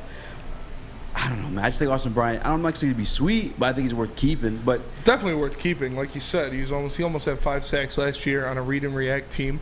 Yeah. So on this new team, in this new scheme, we keep talking about that, how they're going to be attack. He's actually going to be able to go out there and try to get to the quarterback on every single play. He's not going to have to worry about different things. So, I think he's one of the only proven guys on your roster that is healthy. Like we've got a lot of rookies that we like to see in there. You know, when you're coming with like James Houston or Josh Paschal, or who knows what Romeo Okwara is going to be next year after an Achilles injury, which can be detrimental to a position like a pass rusher who needs that explosion off of those legs and that bottom half of their body. So I think you got to bring Austin Bryant back. He's a guy that can go out there and get you 5 sacks. He's proven it. So why would you not bring that back? That is depth that you need, especially on the defensive line. Yeah, the only concern I guess I have in the situation of Austin Bryant not making the team, and it's not like a life or death situation. He is a third, second stringer type guy. But James Houston's him coming to the team, 4th, 5th round pick. I don't remember when he was drafted. I know it was late, but I don't even know. Do you think he makes the team? I think he has a chance. We drafted him, right? Yeah, we drafted him for a reason. I think there's definitely a chance. He could play a couple different positions. He's shown a lot. He's very versatile. He is a Dan Campbell guy. He is a Brad Holmes guy that's going to go out there. He's going to hustle. He's going to do what he needs to do. Play every down, every snap with a ton of aggression. So I could see him making the team out of camp or being a practice squad guy at the very least. All right, so I'm reading this article and we're going down the list of guys they have like in and out, so we can give our perspectives on it. They have a guy that played linebacker here. And I'm talking about like a true linebacker position, like, out in the field, having some coverage reads and stuff like that. He's listed as an edge on this list. Is that news that I miss? Is Jared Davis. Jared Davis listed as edge? They have Jared Davis as edge / linebacker. If you have I don't know if you did the link open on your page, but you click the hyperlink on his name, or I'm sorry, on the article. Yeah, they have him listed as an edge. I don't know. I don't know. I'm not trying to go out there. I don't know if they got that one right. I don't believe that he's moving to an edge position. I don't think they're going to move him to an edge position, but I think when he was used as a pass rusher, that's when he was really at his best. Blitzing. I think, when he was a blitzing backer. So I'm not sure if edge is the right term. They like to throw that term around a lot. Edge, when you kind of don't have like a solidified position, like, very true. He's an edge. He'll just go out there and watch the passer. So I'm not worried about Jared Davis taking a spot away from anybody. That's for sure. 100%. John Kaminsky, I'd say, Yeah. No, I don't think this guy's making the team. I'm going to try to disrespect him, but let's be real about it. I know we picked him up on waivers. A lot of people, he was a hot commodity on the market, but John Kaminsky, I'd have to say out. For sure. Moving on. Yeah, I don't got much to say about that guy. Thanks, partner. Love doing business with him. What do you want me to say, dude? The guy's not going to make the team. I don't have a case for him to stay on the team. He'd be what, our 6th defensive end? He's up there, yeah. So, no, it's practice squad at the least, or at the most. Receiving room, we debate that all the time. I don't really want to jump into that one. I think one guy's going to make it for sure, Quintez Cephus. I know I unloaded my clip on that one a little bit earlier because of the technical difficulties, but I'd be more willing to talk about some Quintez Cephus if you guys want to. But I think he's making the team. I don't think that's even discussing him being on the bubble of the roster. I think Quintez Cephus is in. Yeah, for sure. I agree with that. He's a guy that you need on this team. He is kind of a different receiver from the rest of them, from what you have. Obviously, DJ Chark, Jameson Williams, even Khalif Raymond. These are burners. These are guys that are deep shot guys. You have Amon-Ra St. Brown as your solidified slot guy that's going to go in there. I like Quintez Cephus, as I say it, every time I talk about him, as an Anquan Bolden type receiver, a guy that's going to be, a big body possession guy, can run a lot of different routes, you can put him in multiple different positions. So I think his versatility and his skill set alone let him make the team. I'm going to say another name, Josh Woods. He didn't get too much PT last year. I'm going to go out on that one. Yeah. In the linebacker position. I agree. Sean Dion Hamilton. Now, my guy, Dosa Dion, he seemed kind of hyped for that signing when we got him. Yes. I don't give a shit. I don't know much about him. I'm not going to front, but the linebacking core is the weakest part of this team for sure. So I wouldn't mind bringing in a guy like that and seeing what he can do out there. Yeah, it's just the thing. I mean, the room gets a little bit crowded, though, because we also have our guy, Malcolm Rodriguez, Grande Papi. I think he got a new nickname last week. What are you guys calling him? Something else, too? No? Nonetheless, Grande Papi in the locker room. I swear to God, you guys call him something. Oh, Quadrigas. Oh, yeah. Malcolm I forget who called Quadrigas. the guy buddy. at the dealership called him Malcolm Quadrigas. Nonetheless, Malcolm Rodriguez is going to be in there. Sean Dean Hamilton. I guess, he makes the team. Alex Anzalone is for sure going to be in there. Our guy, Derek Barnes. I probably just, Josh Woods. Yeah, I mean, these are guys we're looking at the roster bubble. Yeah. Secondary, A.J. Parker making the team. A.J. Parker, I think he should make the team, especially, like we said, with the injuries in that secondary. With Jerry Jacobs going to miss probably a couple weeks. That opens up another spot for a guy to bring in. We don't know, there's a lot of injury-plagued guys, too, in that lineup with Jeff Okudah, Deshaun Elliott, Ife Melifonwu, even, Amani Omowarie has missed games from here to there, so I think you're going to need all the depth you can in the secondary. So, I like him to make the roster. Old school vibe in the chat says the weakest link on this team, ... ownership. You're wrong, bud. I'm just going to flat out, I'm sorry. I saw that chat. I know we're discussing something totally different, but, free Sheila, dog. We can't. The weakest link of this team is the quarterback room, 100%. And I'm not trying to bash Jared Goff like that, but for sure, I've seen things out of Sheila recently in her short stint that shows me, I have more faith in her than Jared. I hate to say that because Jared Goff actually been in the Super Bowl. Nonetheless, got dumped by Sean McVay. Stop, man. Free Sheila. Stop the disrespect, man. Lazy takes, man. Lazy takes. She's done a lot. She's done a lot in a short time. Her first job, pulling the trigger, getting rid of Matt Patricia. And Bob Quinn. Losers. In the middle of the season. And got those losers out of town, so. I'm sorry, old school vibe. I'm going at you a little hard here. I'm just saying. Can you, you might be older than me. You might be pretty old. I got to ask, when's the last time you saw a Detroit Lions coach fired mid-season? I'm curious. Yeah, it's tough ass. They normally don't do it, so that was good that she knew that needed to be done and she pulled the trigger. It is important there. But, I mean, all the things can look good, but ultimately we got to see it on the field. Yeah. Before we can dub anything about being different or her taking a step forward, for sure. She's making the right moves, and what she's doing looks good. Like you said, bringing in the draft, bringing in Hard Knocks, dropping the Ford from her name, signing a guy like Brad Holmes. So these things look good, but we need to see it on the field before I can, dub her a good owner. There's one position group they were split on in this article. And it's actually a kind of a good one. I don't even have an answer for this one. It was at the kicker position between Riley Patterson and Austin Siebert. Yeah. 4 of them said in, 4 of them said in for the other one as well. I like Riley Patterson. I think he proved last year that he can be a competent kicker, be a good kicker in the NFL. So Austin Siebert, we'll see. It's never bad to have one of those guys practice squad or hanging around or whatever you do with a backup kicker. You probably just cut him and send him to the win, and hopefully he's still there by then when anybody gets hurt or something like that. But I'm going to roll with Riley Patterson. I think he proved last year that he can be a good kicker on this team. 100%. I'm pulling up the stats right now. Last year, Riley Patterson was, out of field goals, 3 for 3. And then the ones to come for 3 points, he was 6 for 6. But Austin Siebert, let's see what he's working with. This is an interesting battle there because I think both those guys actually showed something last year. Kicker position battle. Hard Knocks. Who would have known? Heavyweights. Who would have known? I'm just curious though. Who's gonna be our damn kicker? Yeah. All right. At least it's not Santoso. That bum. Yeah, that was rough. Terrible. Ugliest kick I've ever seen in my life.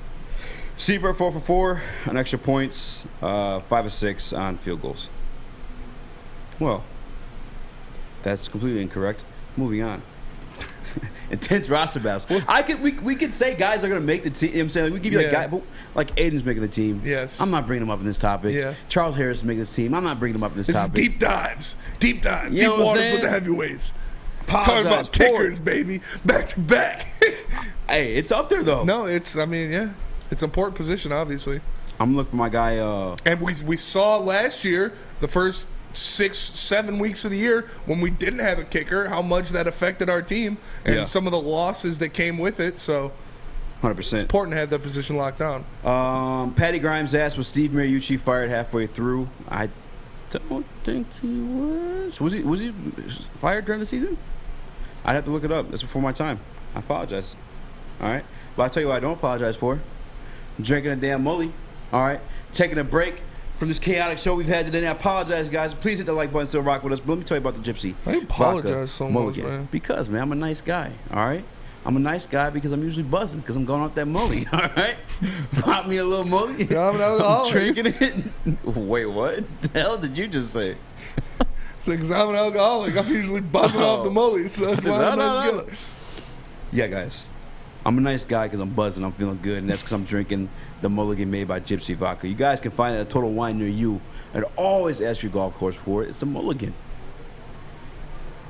Life is full of hard choices. We're here to make one of life's biggest decisions as simple as possible.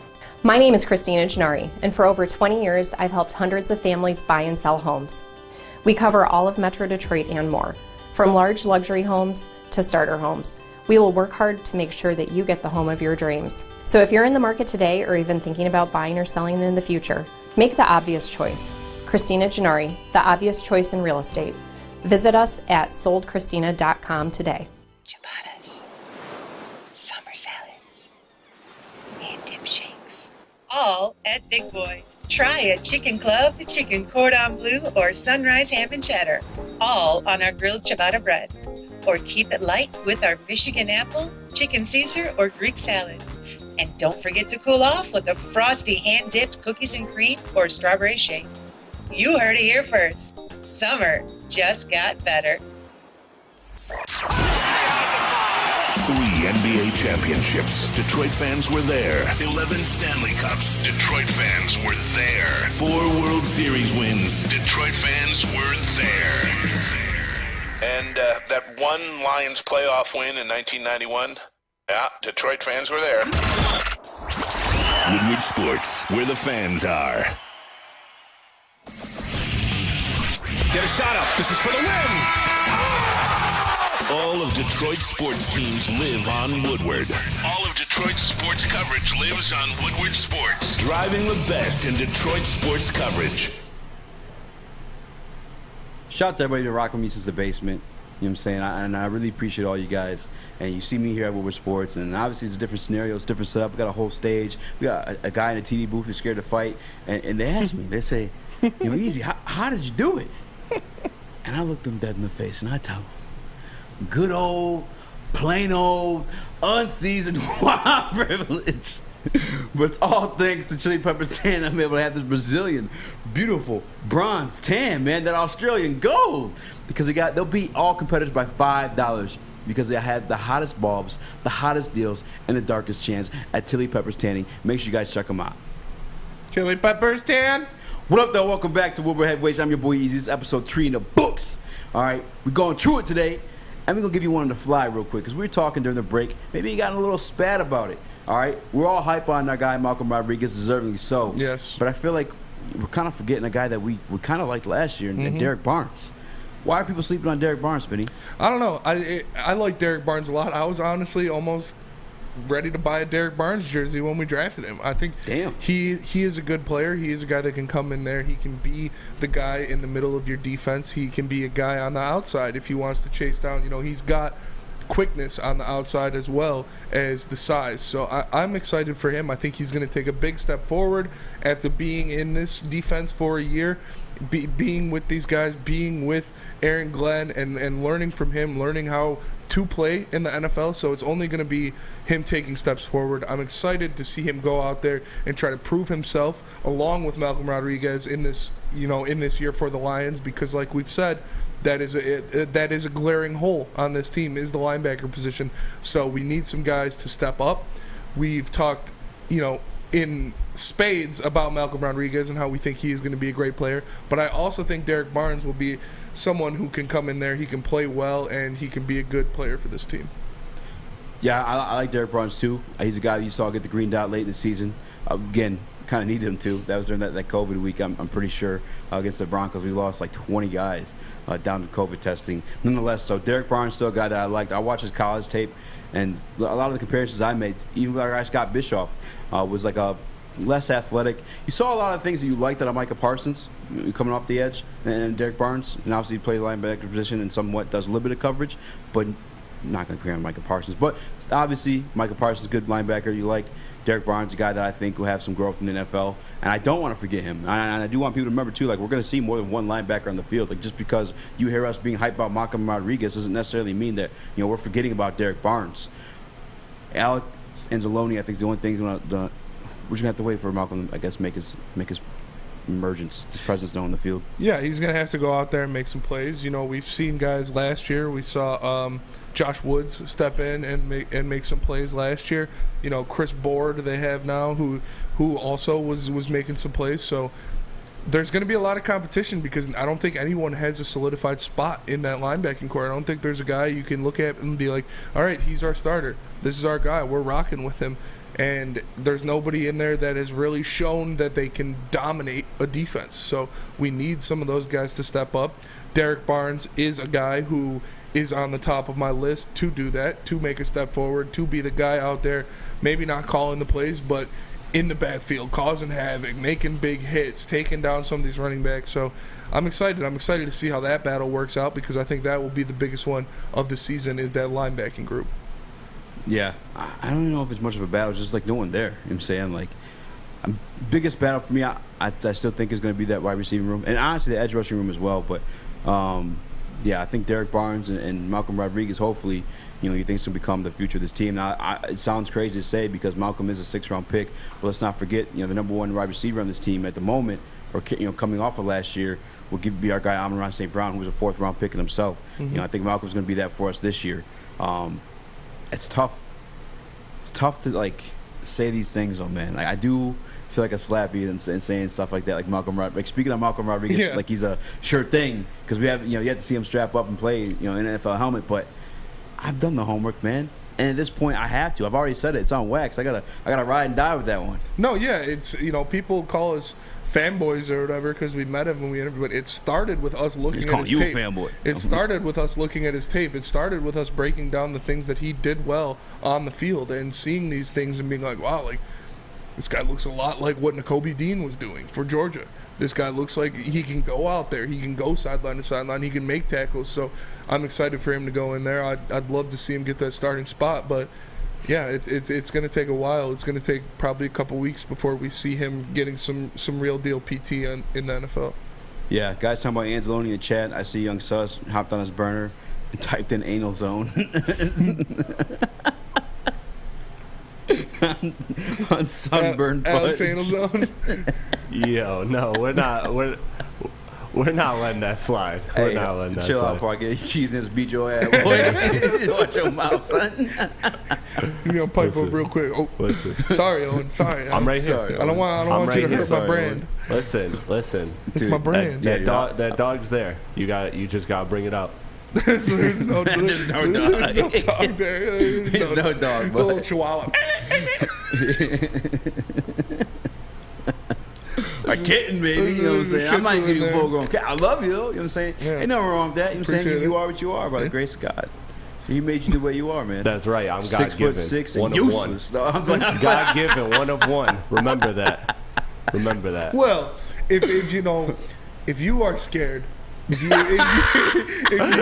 your mental health is caught in knots because, you know, someone might be out there gunning for your head, you should check out SMA because the Sports Marketing Agency helps spread awareness about mental health and substance abuse. Their new podcast, This is the F Word, helps spread awareness of fentanyl and other addictions. My guy Sean Jordan is doing something great for the community, so make sure you go check out their new podcast that they record right here at the Woodward Sports Network. You can go to thesportsma.com if you are struggling or know someone who is.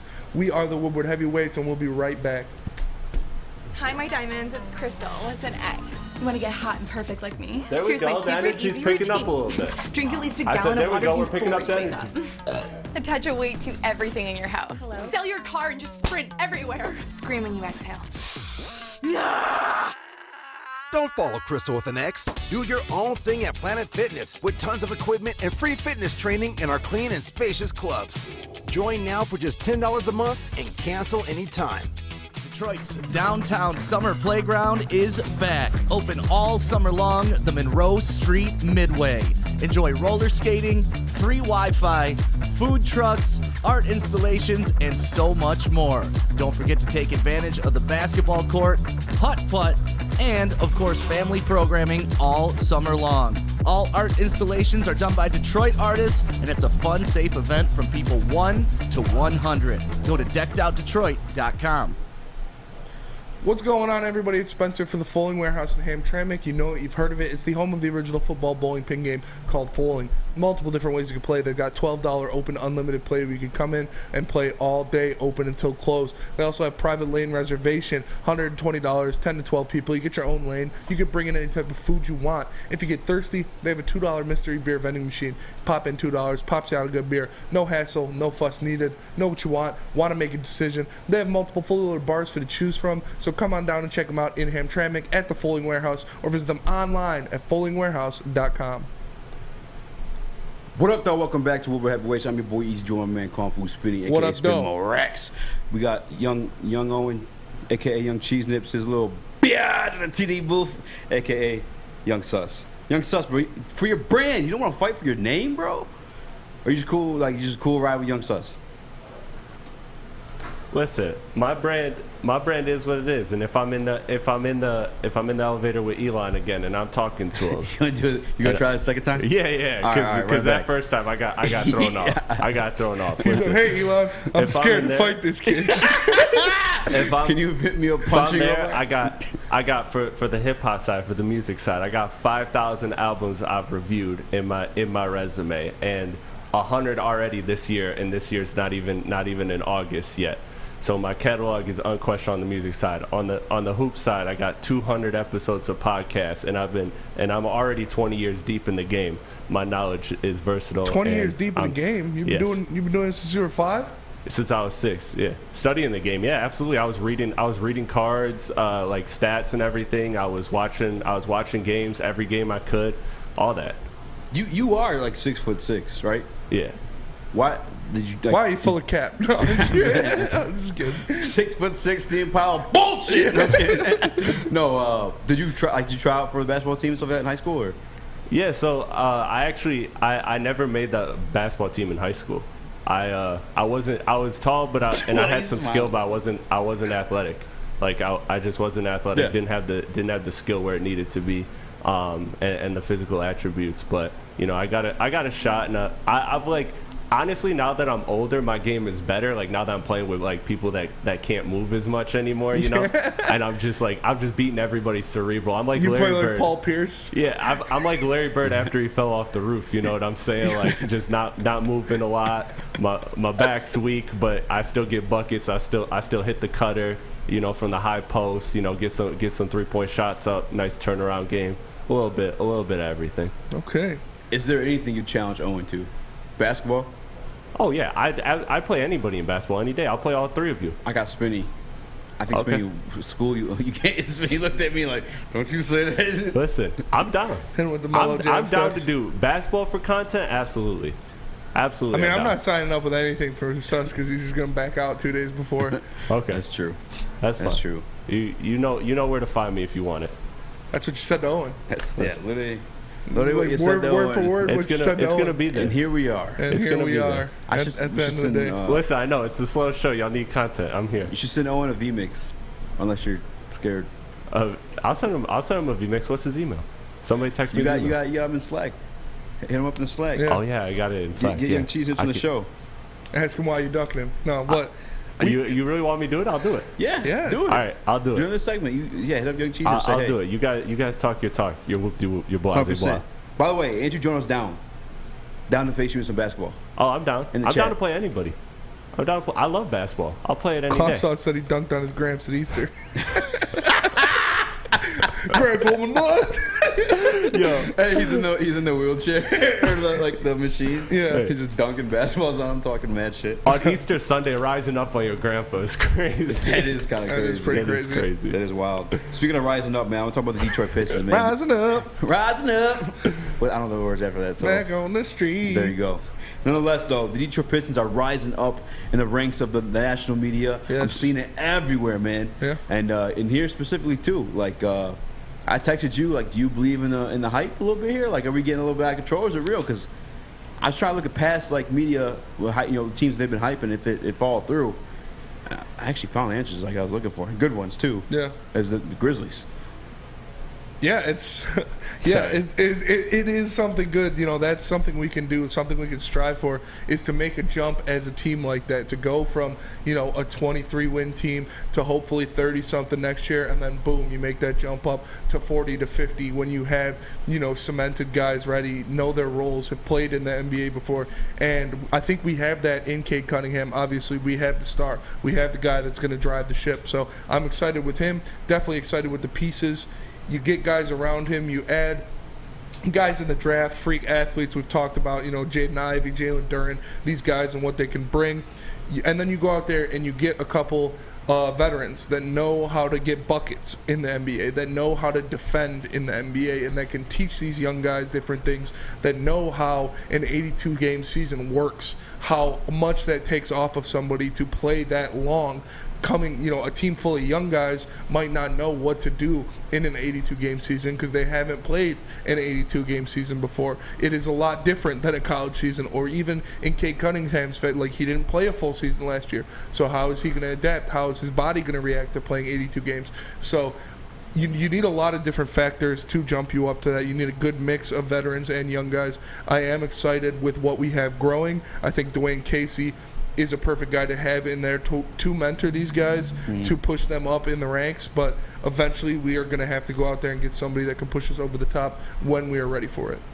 100%. And I'm with you, man. Like, it's kind of similar to the Detroit Lions situation where, like, it'd be easy to call you guys, or ourselves even, you know, homers, slappies, Kool-Aid drinkers, but it's outside of Detroit that this hype's coming from too. Like, the fact that I see, like, CBS and all these other, like, places posting about the teal jerseys, and I get, you know, slow news cycle, but it means one or two things.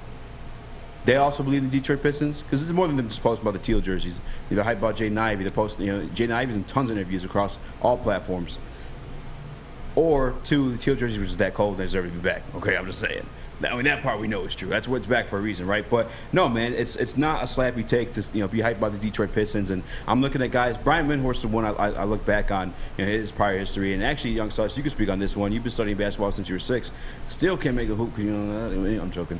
Nonetheless, though, it's real. It's the real deal. Like, people are hyped about this team, and they're going to be bad this year. Like, I don't want that to get misconstrued. I don't want people to think that I'm saying they're going to make a play-in or make a playoff for sure or for certain. I've already told you guys I don't think that's the case. I think 10 seeds the highest we're seeing out of this team. I've actually been on record saying they may have maybe taken a step back for the time being, just you know, with the younger pieces. But no, man, I think the hype is well deserved. I'm looking at the guys that I verify, you know, as basketball sources. Brian Windhorst, I'm looking at his track history, and the last one is looking at the Memphis Grizzlies. Now, they haven't won a championship yet, but that was only 2-3 years ago he started hyping them up. When they got John Morant, we got Cade Cunningham, people hype about. We got Jaden Ivey, people hype about. Jalen Duren, people hype about, man. Like, I'm just pumped, man. Young Sus, you've been studying the game since you were 5, man. What's your take on it?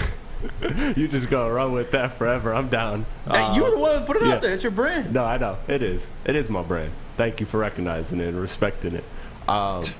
I think when it comes to the Pistons, you're absolutely right. They're taking a step back to take a step forward, and I don't necessarily mean in terms of losses. Like, I don't think the Pistons will have a worse record just because I think naturally the roster did get better. But again, my thing that I've been hammering every time we've talked about the Pistons, and I'll continue to hammer it all season, is when you have 6 or 7 of your rotation guys on rookie contracts, like, you can't expect consistency. That's the hardest thing 100%. For young players coming into the game is consistency. And, you know, you're going to see great games from Ivy. You're going to see bad games from Ivy. You're going to see great games from Sadiq, bad games from Sadiq. It goes on. And that's what you can expect throughout this season. Honestly, the most consistent player will probably be Cade and Burks. Like, those would be the 2 people that I'd have my eye on as you probably know what you're going to get roughly from them almost every night. And Cade's a second-year player, so that being said, I just think that, you know, they could take a step back to go forward. Ultimately, that I think is the plan. But I do think they'll win more games. But I'm with you. I don't think they get the play-in tournament. I just don't see it. Yeah, they say that the number one way to lose in the league is to play young guards. It's, you know, outside of Burks and Joseph. Yeah, that's all we got. And young bigs too. Young bigs are crucial to bad time. Defenses. Yeah, like Jalen Duren. I love Jalen Duren. I'm excited to see him play, but he's going to have a lot of blocked shots, but he's also going to have a lot of times where he does the white side thing and he goes for the block that he shouldn't go for, and then it results in 2 points because he wasn't able to box out his man or things like that. So that kind of stuff is going to happen, and Pistons fans have to be patient. But I think, absolutely on the right track. Love all these guys and how they project moving forward. 100%. You about to say something, Spinny? No, I just think, it's going to be different for sure. I think Cade, even as a young guard, though, he's very composed, so he's going to do a lot of things to make the best out of his teammates, to make the best out of this team. We already saw how he transformed his body in the offseason. I think that'll play a big role into it. I think getting to the free throw line more in his second season will also play a big role in it. And you don't have Jeremy Grant to, take away from what Cade Cunningham is, to do a bunch of back down, 4-dribble, long 2 turnarounds that are just terrible offense. And so I'm excited to see them go out there and work. I'm excited to see them in transition, running the floor, not having to start Trey Lyles at center, because we actually have dependable big men in guys like Marvin Bagley and, Nerlens Noel that have played in this NBA and know what to do. So I'm excited for it. I think they're, like I said, I have them around like 32 to 35 wins this year. So I'm definitely taking the over, but I think they're going to be a exciting team to watch for sure. Chris, did you give us your over under? Yeah. For me, it was about 32. To me, it's anywhere from 30 to 33. I'll say if I have to pick like a definitive number, 32. I think 35 is even a little high, personally. I'd love to see it. I don't think it's. I think that's how Spencer feels about 10 wins for the Lions is how I feel about 35 wins for the Pistons, if that makes sense. No, 32 seems like 7 to me, and 35 seems like 10, if that makes sense. I think that's a lot bigger jump in an NBA season. I don't think a 3-win difference is as big of a jump as a 3-win difference is.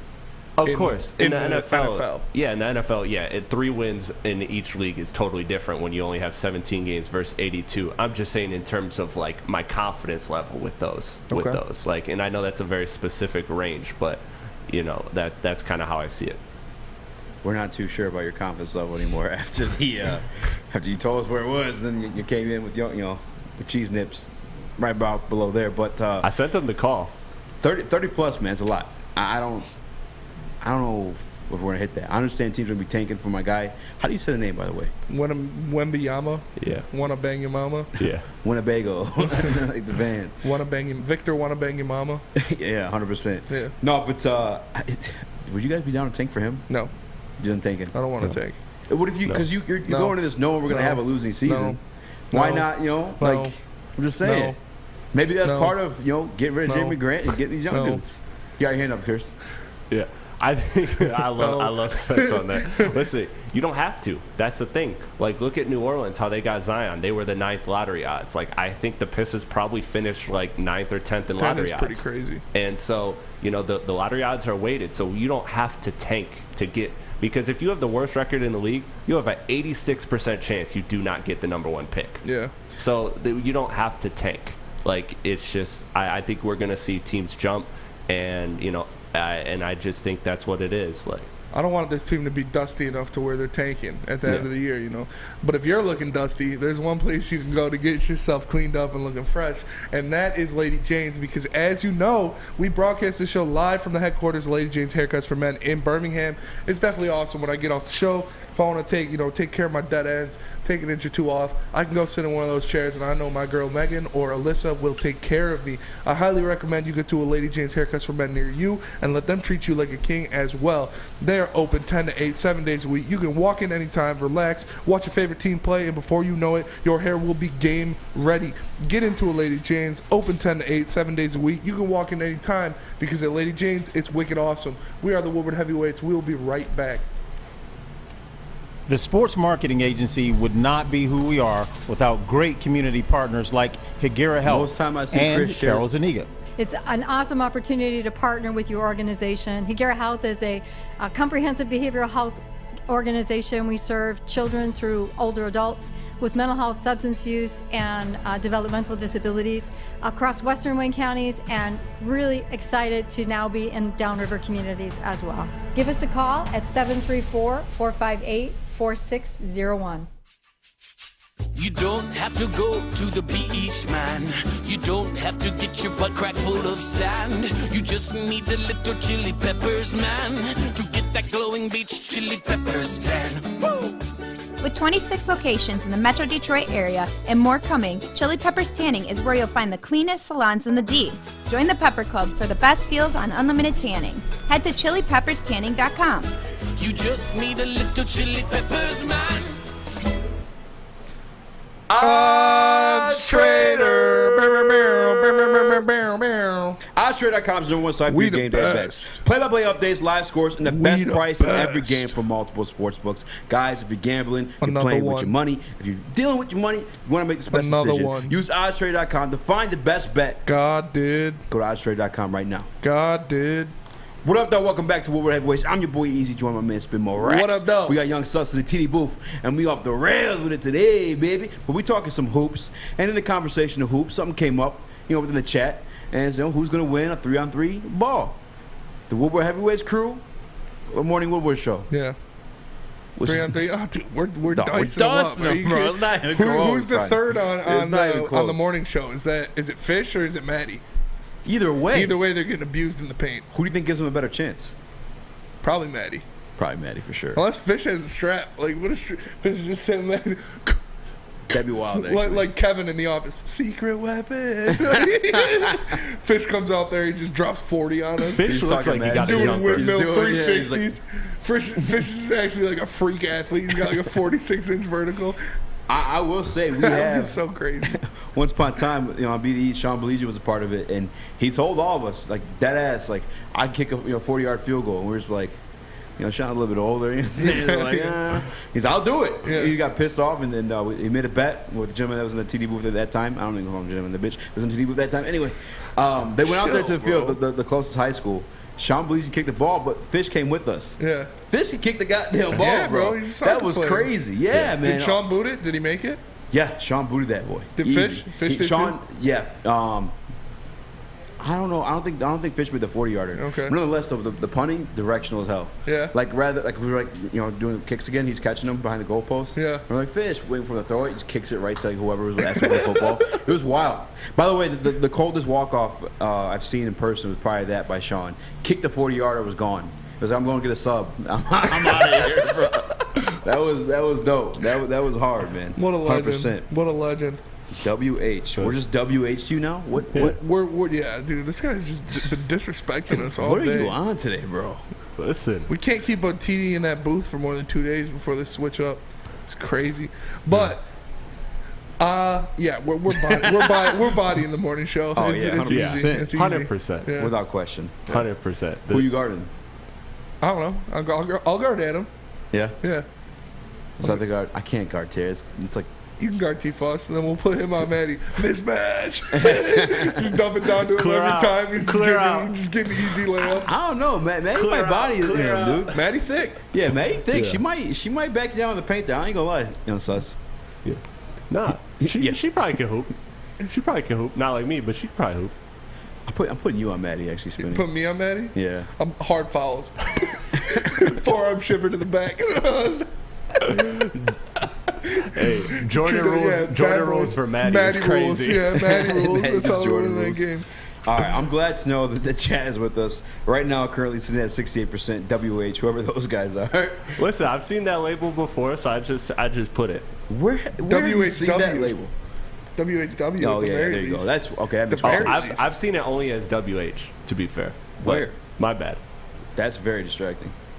That was so distracting. Yeah. Coming here with food and dancing. Keep your eyes on the prize, Easy. All right, guys. Nonetheless, we're talking about people switching up.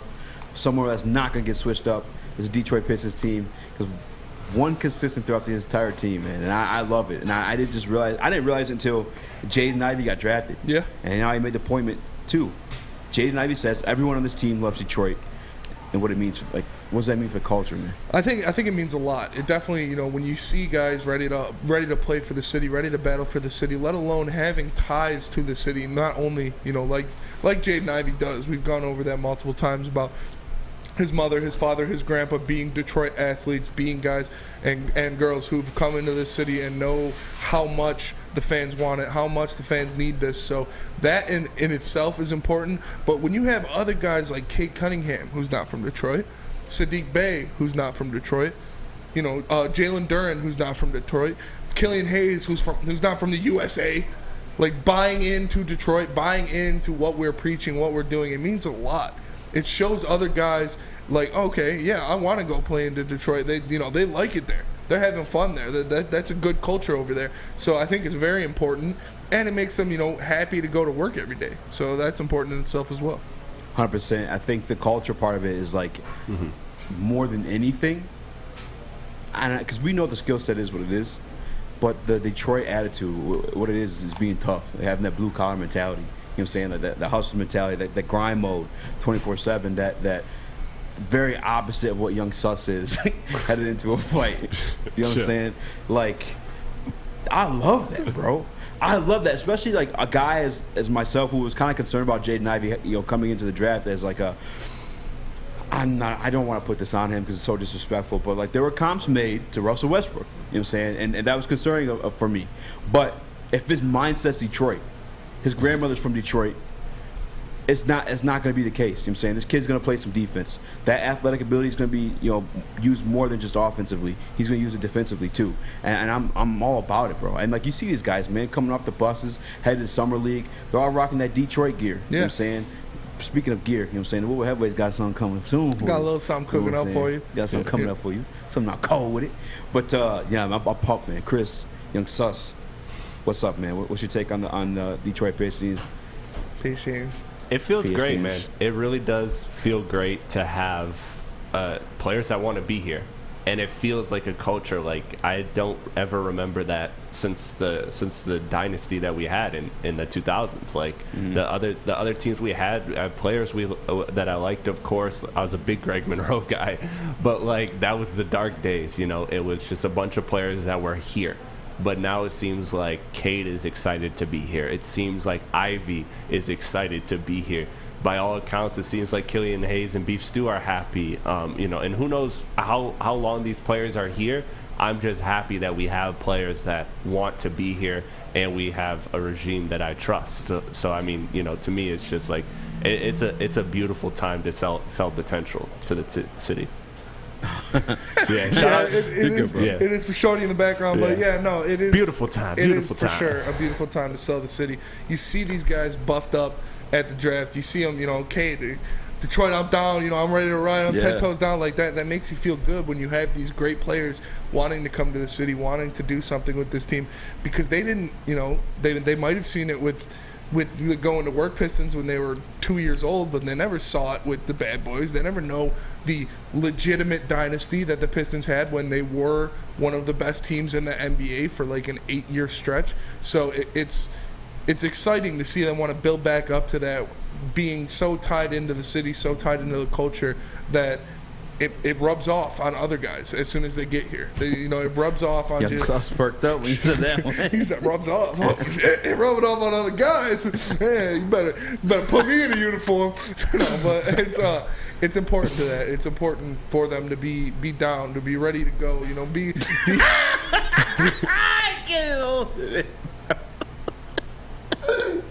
Hey, yo, pause. No, they're for the fans. They're there for the city. So I like it. No, honestly, God, pause, bro. Like I said, though, I really do. I love this more than anything. Pause again, because things are getting wild. But this feels better than anything I've ever felt in my life. Feels different. But real talk, man. Like I've said it earlier in the show this week. Like you look at the past championship teams of Detroit, it's always been that I'm about it attitude. You know what I'm saying? We're the team in team efforts too, 100%. And another thing too about Detroit, we started the verse everybody. You know what I'm saying? Yes. Like Detroit versus everybody was birthed here because it's really been there. And Cade Cunningham's had that experience with his rookie year. And I'm not saying like he hand over fist deserved the rookie year award. It was close, but he's getting shit on in every article ever since. Yeah.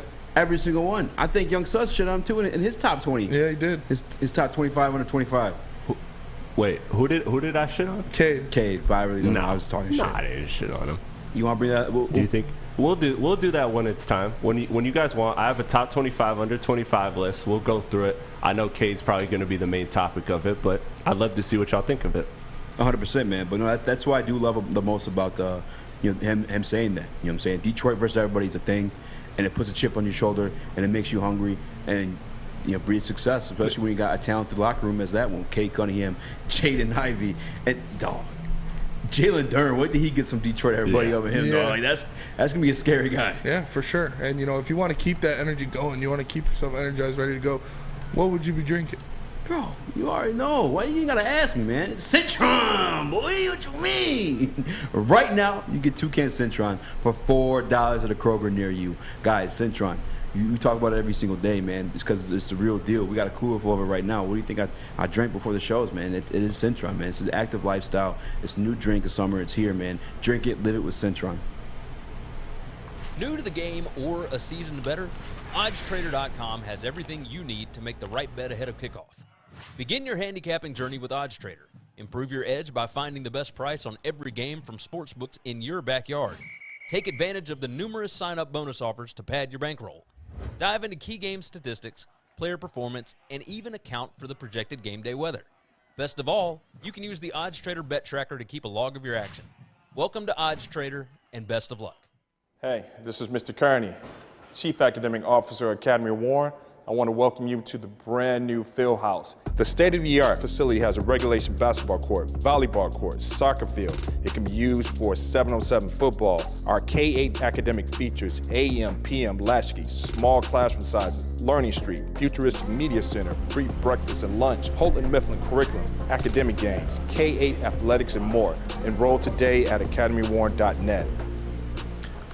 What's going on, everybody? It's Spencer for the Monroe Street Midway, presented by Bedrock Detroit and Rocket Mortgage. Bedrock and Rocket Mortgage basically turned an old parking lot into a massive outdoor playground right next to campus marshes. There's roller skating, basketball courts, a mini golf course, food trucks, live music performances, and art installations. It's just a fun time. Whether, you're on a date in the city, you're out with your family, or you're just hanging out before the Tigers game. And they even got Wi-Fi, so you can take your computer down there and get some work done in the heart of the city. You only have to pay for roller skating and food, but everything else is free. So go down and check out the Monroe Street Midway, presented by Bedrock Detroit. What up, though? Welcome back to Woodward Heavyweights. I'm your boy Eazy, join my man Spin More Racks. What up, though? We got my guy Young Sus in the TD booth, hold things down and hiding for my guy Owen, aka Young Cheese Nips. We put a poll in the chat. It's the last 10 minutes of the show, guys. Let's have a little bit of fun here, all right? Okay. All right. We put a poll in the chat, and we asked who would win in a 3-on-3 matchup in basketball between the Woodward Heavyweights crew and the Morning Woodward crew. We took it by a landslide. You know what I'm saying? Yeah. It wasn't a question. Things get interesting with the other shows, though. Yeah. I'm not gonna lie.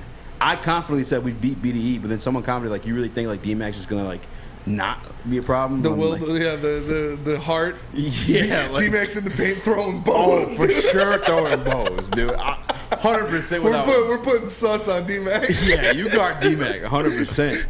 I'll guard Flannel. You guard Neil. Yeah, BDE might. You know what? Run the poll. Yeah.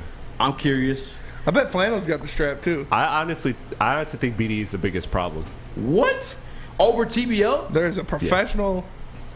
Yeah, we're a black guy. We're triple team. I was gonna say a professional athlete, but there's a professional athlete on BDE too. I was gonna say, he's a four-time champion. Football BDE. translates a little better to basketball than hockey does. That's true, but we're triple teaming him. I'll let.